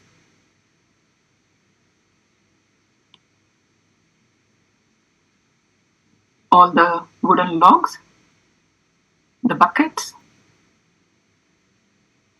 small tumblers, rope. Fantastic loose parts. You can add your recycled one to this, you know, like for example, one of my students who did pass with flying colors had around 250 portal lamps. Lots and lots of things. Again, as you can see that these things will take time for you to collect, especially if you're doing a good job. What not to bring? Something, I'll come back to questions, I just want to finish this. So that's why I told you not to look at that slide, because that slide had lots and lots of goals and Woolsworth luck. Not allowed anymore. No toilet papers because of the sanitary reasons. No egg cartons, just because most of the children these days are anaphylactic to eggs. This will all change when you are running your own play work pop-ups in your own services. So just for the park ones, follow these rules. Also notice there are no toys. So the question, people, and I want you to write this down, is not can the child play with this? That is not a question that you are answering with your loose parts. The question that you're asking is, does this object have good multiple affordances? As many as I can think of. Can it be used, designed, redesigned in many ways? And more than anything else, does it meet the criteria of the mantra that I gave you today? Is it freely chosen? What comes after that? Personally driven. Yeah, and intrinsically motivated. So those three things will only come if the child is in control. So I'm going to give you an example and I'll just call out people. All right, so I know all the girls love Frozen and Mermaid, so I'm going to get some coloring in sheets. Henry, tell me, is it a good idea? Am I working in a play working manner if I take coloring in sheets as a loose part? Henry, you can hear me okay?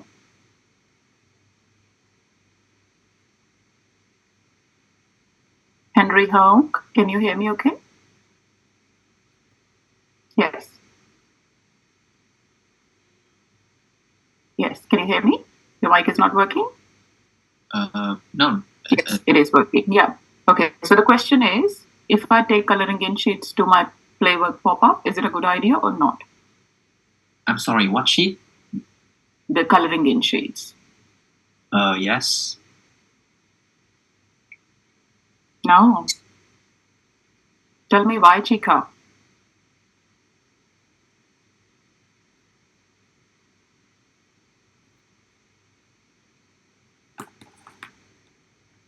Why? Because the coloring game might have some bad chemicals in it that might affect the child. What happened to, is it intrinsically motivated? Who's in the driver's seat here? When I'm choosing the coloring in sheets, who's choosing this play? I'm the one choosing. No, it's the kids that are choosing the play. No, they didn't. They did not. I chose the play. I said that I will take the coloring in sheets. Rahul? Yes. What are your thoughts on this? I think like we choose like if we are bringing this like we are like we want like children to do the like coloring and things, not the children want by themselves. Goodness me, Rahul. So you are saying that we can take the coloring in sheets too. How many of my students think that coloring in sheets are a good loose part? Put your hand up. Don't say no and then give me all these answers. People who have said this, I can tell you that there are huge gaps in your understanding. I highly encourage doing the training again. Coloring in sheet is not a good loose part. Why?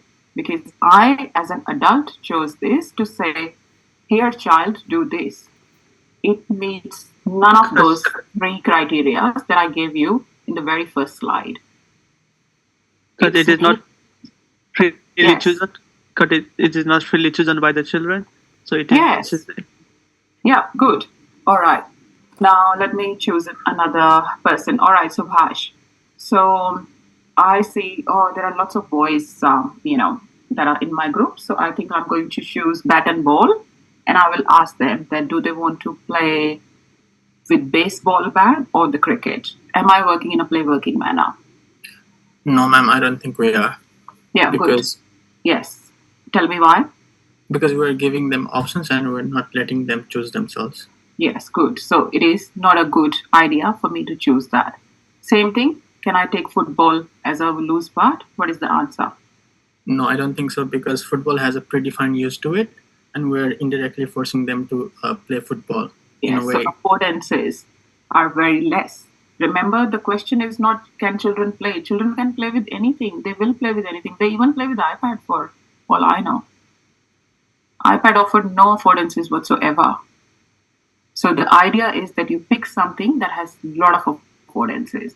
All right, let me choose another example. What about if Harushi, this is for you.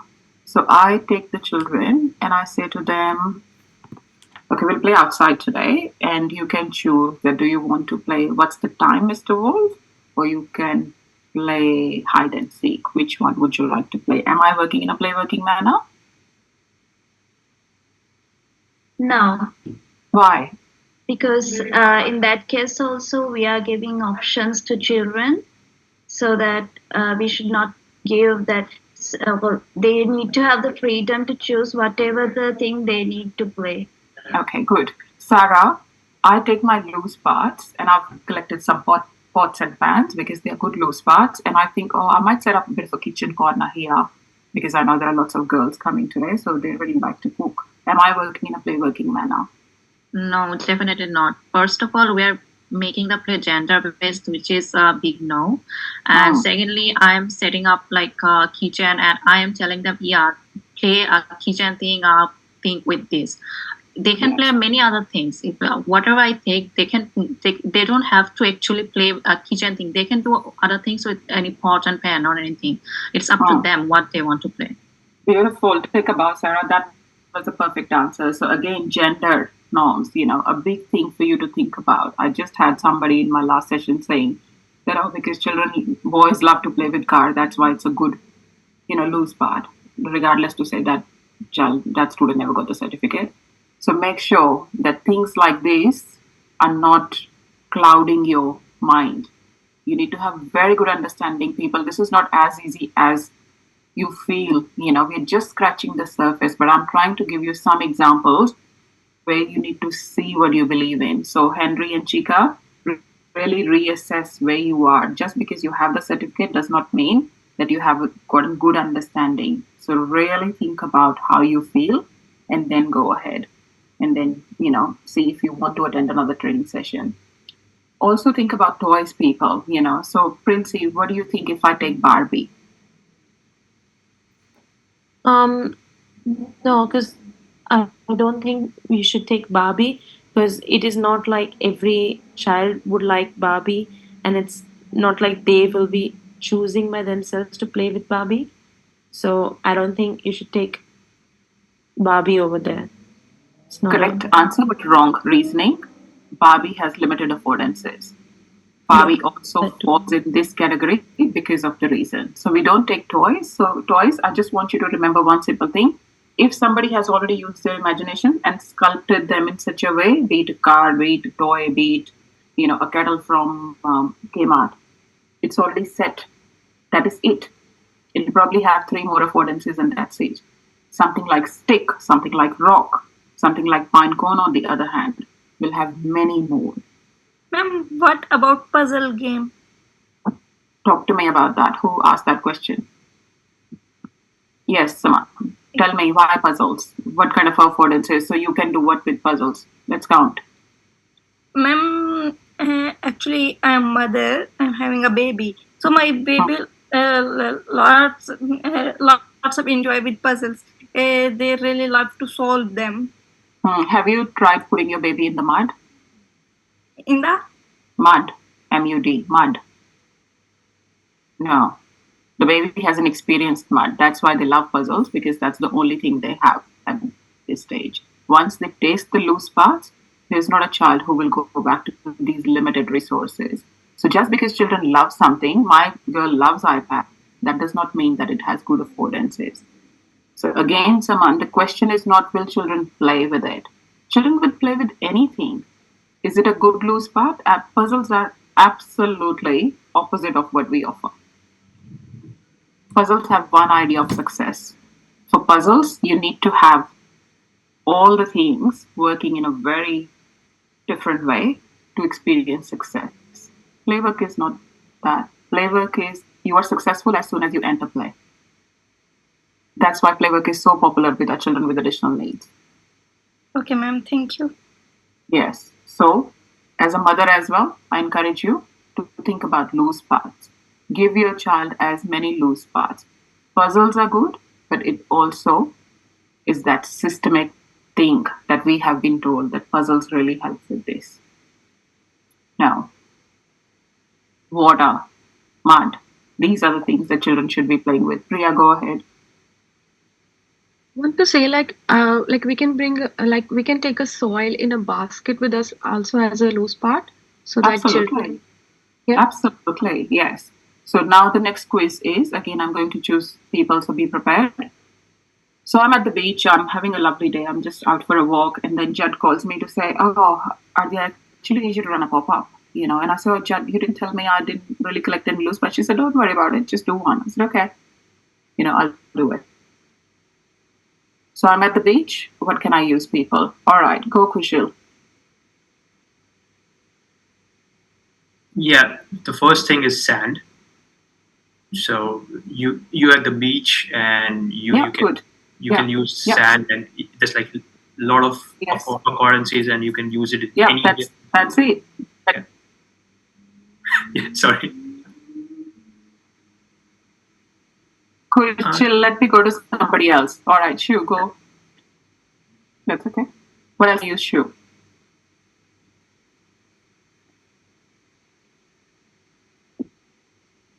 Maybe some stone. Yeah, stones. That's good. Jashanpreet? We can use like little plant stems which are coming from the beach on the shore. We can use that one as well. Yeah, And Hilda? the shells. Yeah, Hilda, go ahead. We can also use water. Great, yeah, beautiful. Yeah. So do people get the idea what I'm trying to tell you here? Yes, loose parts need a bit of a thinking, but loose part is a good loose part if there's good affordance there. Yes, Krish, go ahead. I feel like what you're trying to make us understand is, let's say if we look at a product, there are raw materials that are used to create that product. So we need to kind of use raw materials to kind of tell children, okay, these are the kind of raw materials that are there. Now you decide for yourself how you want to play with it. I'm actually taking you 5 steps back than that. I'm actually thinking that I don't even know what raw materials are there. You do what you need to do. For example, cardboard box. Most of the children will use cardboard box. We will see it in your play types to hide, to sit inside. But you will see 2 teenagers who will use cardboard box as a trampoline. 100%, yeah. Now that's something that can push your buttons, especially if they are doing it laughing and there's a baby around.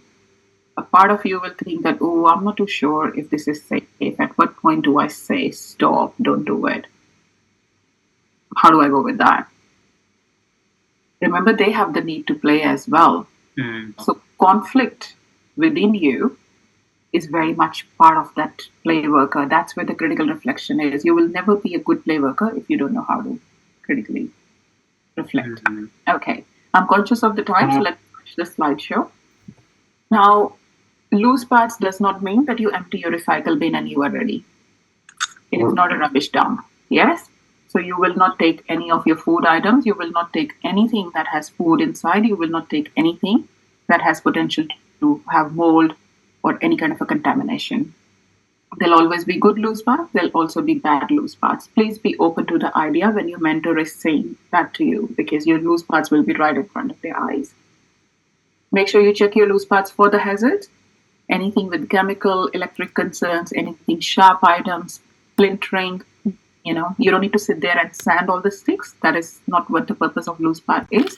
But you also don't purposefully go looking for really sharp ones because you want to be, you know, impressing somebody.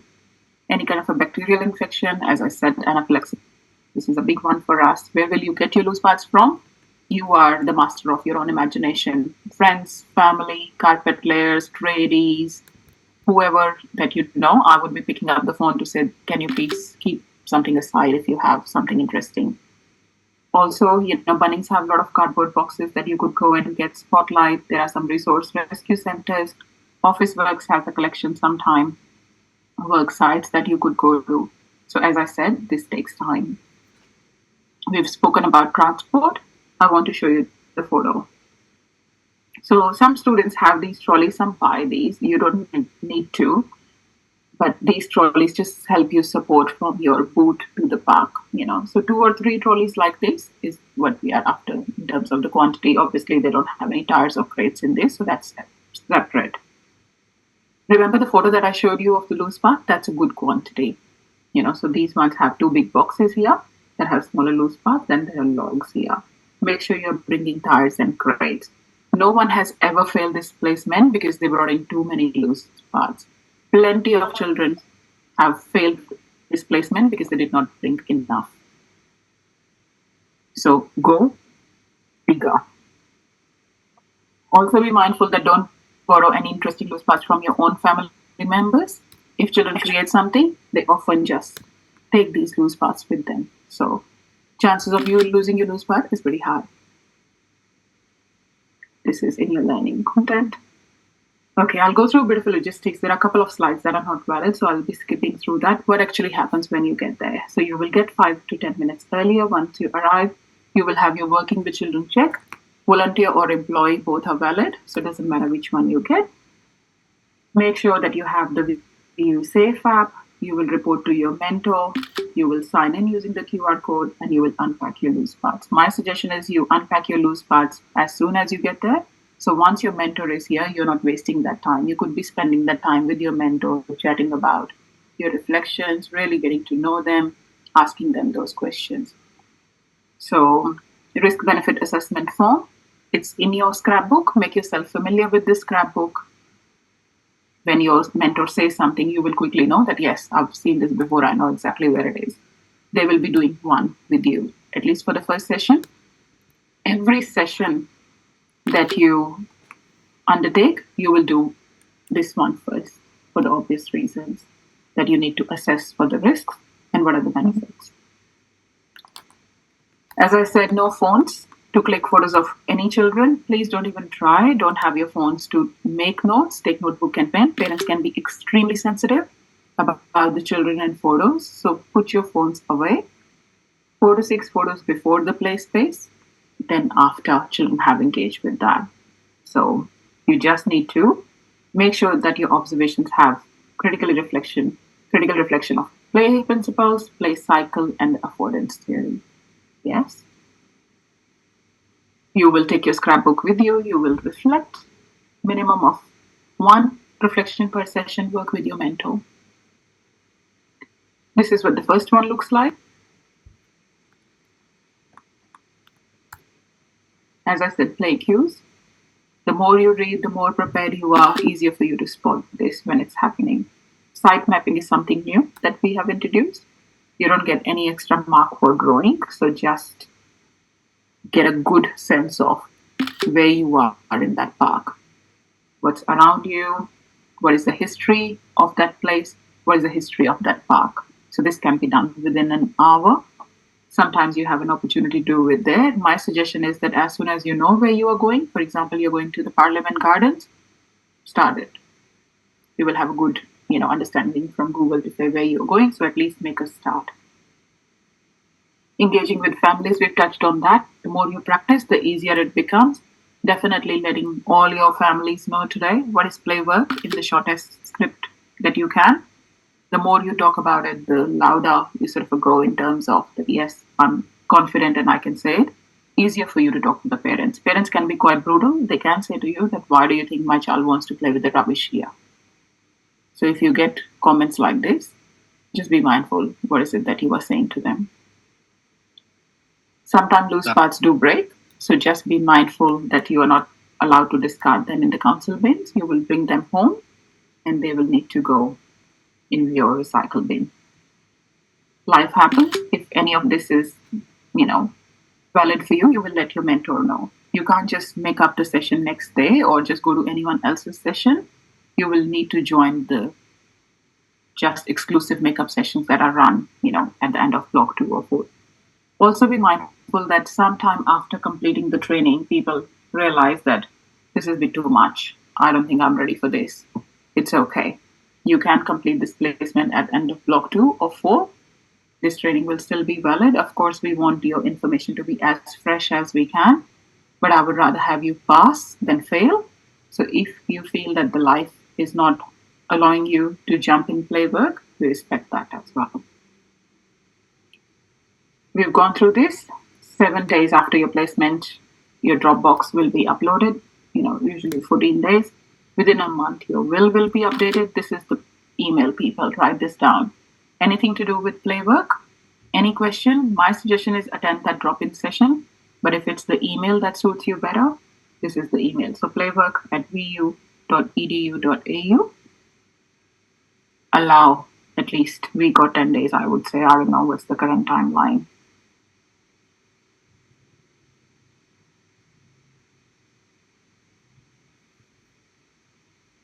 All 32 of you understand these 3 things? Yes or no?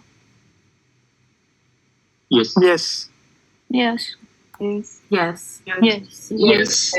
Now the responsibility is on you. So if you get the certificate, it'll have my name on it. I'll hear from your mentor if you are performing very poorly. So you take that responsibility to address your own gaps and go on that journey. Yes? Sure. All right. So this is the prediction that we were about. That sometimes children will be bored. Sometimes they will be frustrated. Sometimes they'll hurt themselves. It's all part of playwork. Yes? It is definitely not time to do your quiz or book a session. You've gone through this. You know how to complete your risky play module, then do the quiz, and then collect lots of loose parts. You have already downloaded your scrapbook. You just need to print it before you go on your placement. Here we go. 18 minutes over, but we did get there in the end. How are people feeling? Good. Good, actually. Good. Better than before. That's a relief. Yes, my throat is certainly telling me that it's time, but yes, these sessions are a wonderful opportunity to just have a bit of a conversation. This is not meant to be a question answer session, but I also feel that these concepts are so new that if I don't answer your question, then you'll probably feel a bit more lost than, that support is so important for you. So I don't mind going a bit extra, and I've been where you are. As a student, it's so important to have that conversation to say that, am I on the right track? Ultimately, that's what we are all, worried about. So yes, you see how you feel about playwork, have a bit of a internal dialogue with yourself to say, how do I feel about this whole concept? Once you start to watch that documentary and make some notes, it will really start to then fall back into where it needs to go, and you will go on that journey. That's what playwork is. And once you start your placement, then it will go very quickly. So for example, if you're choosing weekends for your playwork sessions, sometimes you will have a morning session, afternoon session. So you could be finishing this placement within 2.5 days. So for that to happen, you need to be mentally prepared so you don't feel overwhelmed. And you also need to have good collection of loose parts to hit the ground running. Sometimes it will be Monday to Friday, then you do it in 1 week. For some students who are working, it will be 5 Saturdays, so 1 month and a bit. So it will look very different for everyone. But yes, you will not pass if you don't have good loose part selection. I told you that is the second most popular reason why students fail. I did not tell you the first one. And first one is your reflections. If you write your reflections like Dear Diary, you will fail. You need to have the technical knowledge. You need to make those connections with playwork principles, with play cycle. You write something like this, that sun was shining, Jack was playing very nicely. I feel playwork is fantastic. I really like it. Yes, that's a direct fail. Make sure you're showing your reflections to your mentor. They can't give you feedback if you just keep doing your own thing and then upload it after 5 sessions and your mentor goes, oh my Lord, what is this? Don't get that shock for yourself and for your mentor too. Write one, show it to them. They are not happy, you can come back, print another page, write it down again, then show it again. Must get that feedback. Yes? Any questions? Yes. Any questions? Will we receive an email from you even if we are getting the certificate, or is it just like if we are not going to get the certificate? No, let's see. You doesn't pay me enough to email everyone to say you're going to get the certificate. I'll just send off that list. I think we've been together. I think the student number has stayed pretty much the same. So I'm happy to issue a certificate to all of you. I'm very aware that everyone is on a different journey. I can see everyone is on a different journey. I have concerns for quite a few of you. But I think as an adult learner, I'm happy to pass that back to you to say you make that choice for yourself. If you don't want to fail, you be honest with yourself and attend another training session and address those gaps. You could be waiting another 10 days for this to start. So use that time. All right, so go. Yes, we need to balance the risk, right? So for the loose part, I have some very specific question. Because I have something like the steel sticks like this. Is not too long, too short. I think there's a kind of like they have the affordance to play, but it's a little bit sharp on the two side of it, but it's not too sharp. Is it okay to be the loose parts or not? How many do you have? Over 30. Yeah, I think take them and see what happens. Okay, thank you. And anything that you are unsure of, put it in your trolley bag, show it to your mentor to say, I had this interesting artifact sitting with me. I absolutely have no idea. Is it okay or is it not okay? So they'll just do that risk assessment with you to say, what are some of the things that can go wrong? Can children say, are you with it? How do we then manage that risk? So it's a bit of a discussion. There's no, that yes, it's definitely good. No, it's definitely not good. It's a bit of a discussion to say, what can actually go wrong? Let's go with it. Any other questions? Yes, Kashish, go ahead. I wanted to ask regarding the trolley which you showed in the picture. I have a different kind of trolley, the one which is like a standing one, which like as a baggage. That is allowed, right? Yeah, absolutely. We actually don't use it fully. That's just for transportation. Yeah, because I have that trolley because I use it for my groceries and stuff. So if I can use that, then it's fine, right? Absolutely. That's just for transportation. Yeah. Good. So sorry to do this to you even after you've been losing your voice, but I do need to clear one question. So my question was just about okay, oh my god, what was the question? Yeah, okay. I remember now, yeah. So basically I feel like I've made a blunder by booking my placement. I have not. I don't know. Have you booked your placement? I have booked my placement for the weekends. Yeah. Why? Why would you do that? I have done it as well. Who is that? Oh my God, Kushal. Like, this is what we don't understand, that all of you are adult learners. So when me and Jed were talking about that, okay, how else can we make it? So I told her, I said, okay, make it big. Make it on a background where people can see. Let's pin the post, yes. And then we read it again to say, is this simple enough? Yeah, I think they'll get it. I think everybody will get it. We've tried bold letters, we've put that there. I do not know why. It's with the forms because it made me like want to press it immediately as soon as possible because it was new my region and I was like, I don't want to miss this one. I don't want to miss this one. Yeah, I was also a bit paranoid. I was like, what if I don't get this placement? Like, yeah, that was. But, and I thought like I had to do it before the main placement, so like I would just do it as soon as possible. That's all those myths. That could be an idea. I could tell that we could make a myth poster next time to say, will I miss out? Yeah. Yeah. So, no, people, just see how you go, Krish. My suggestion to you would be loose part is a big thing because you will pass or fail immediately. But bigger than that is also your reflection to say, am I ready for this journey if it's starting on Monday or Tuesday? And personally, I know I wouldn't be, So again, I don't want you to fast track to failure. I would rather have you. And mentors are very well aware. This has been happening to us for over a month now, where people have. That's why I asked that question pretty much straight away to say, who in my session has already booked the session? Yeah, But I'm yes. the guilty one. So my thing is, I've booked it for the weekend, so I feel like I might possibly have some time to collect all of those parts in this week itself. It's up to you. It's a lot of pressure on you. It's not enjoyable then, is it? Yeah. So you could let your mentors know. Mentors are very well aware that this has been happening. So we are sort of expecting. If you let them know now, at least they can see that out of my 7, 4 people have already said no. So they can let those 3 people know that it's not going ahead rather than getting it on Friday and saying Saturday session is cancelled. 100%. Yeah. So I had one question. I booked it already, but I didn't get a confirmation email. So is it like I don't have to go to it, or is it like?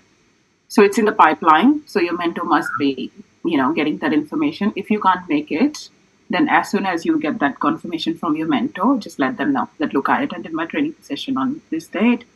Feel free to use my name. And then after discussing with Aarti, I've actually realized that now is not a great time for me. I would like a bit more time. Is it okay if I cancel? I'm so sorry for this. No, they'll understand what options we have. Any other questions, people?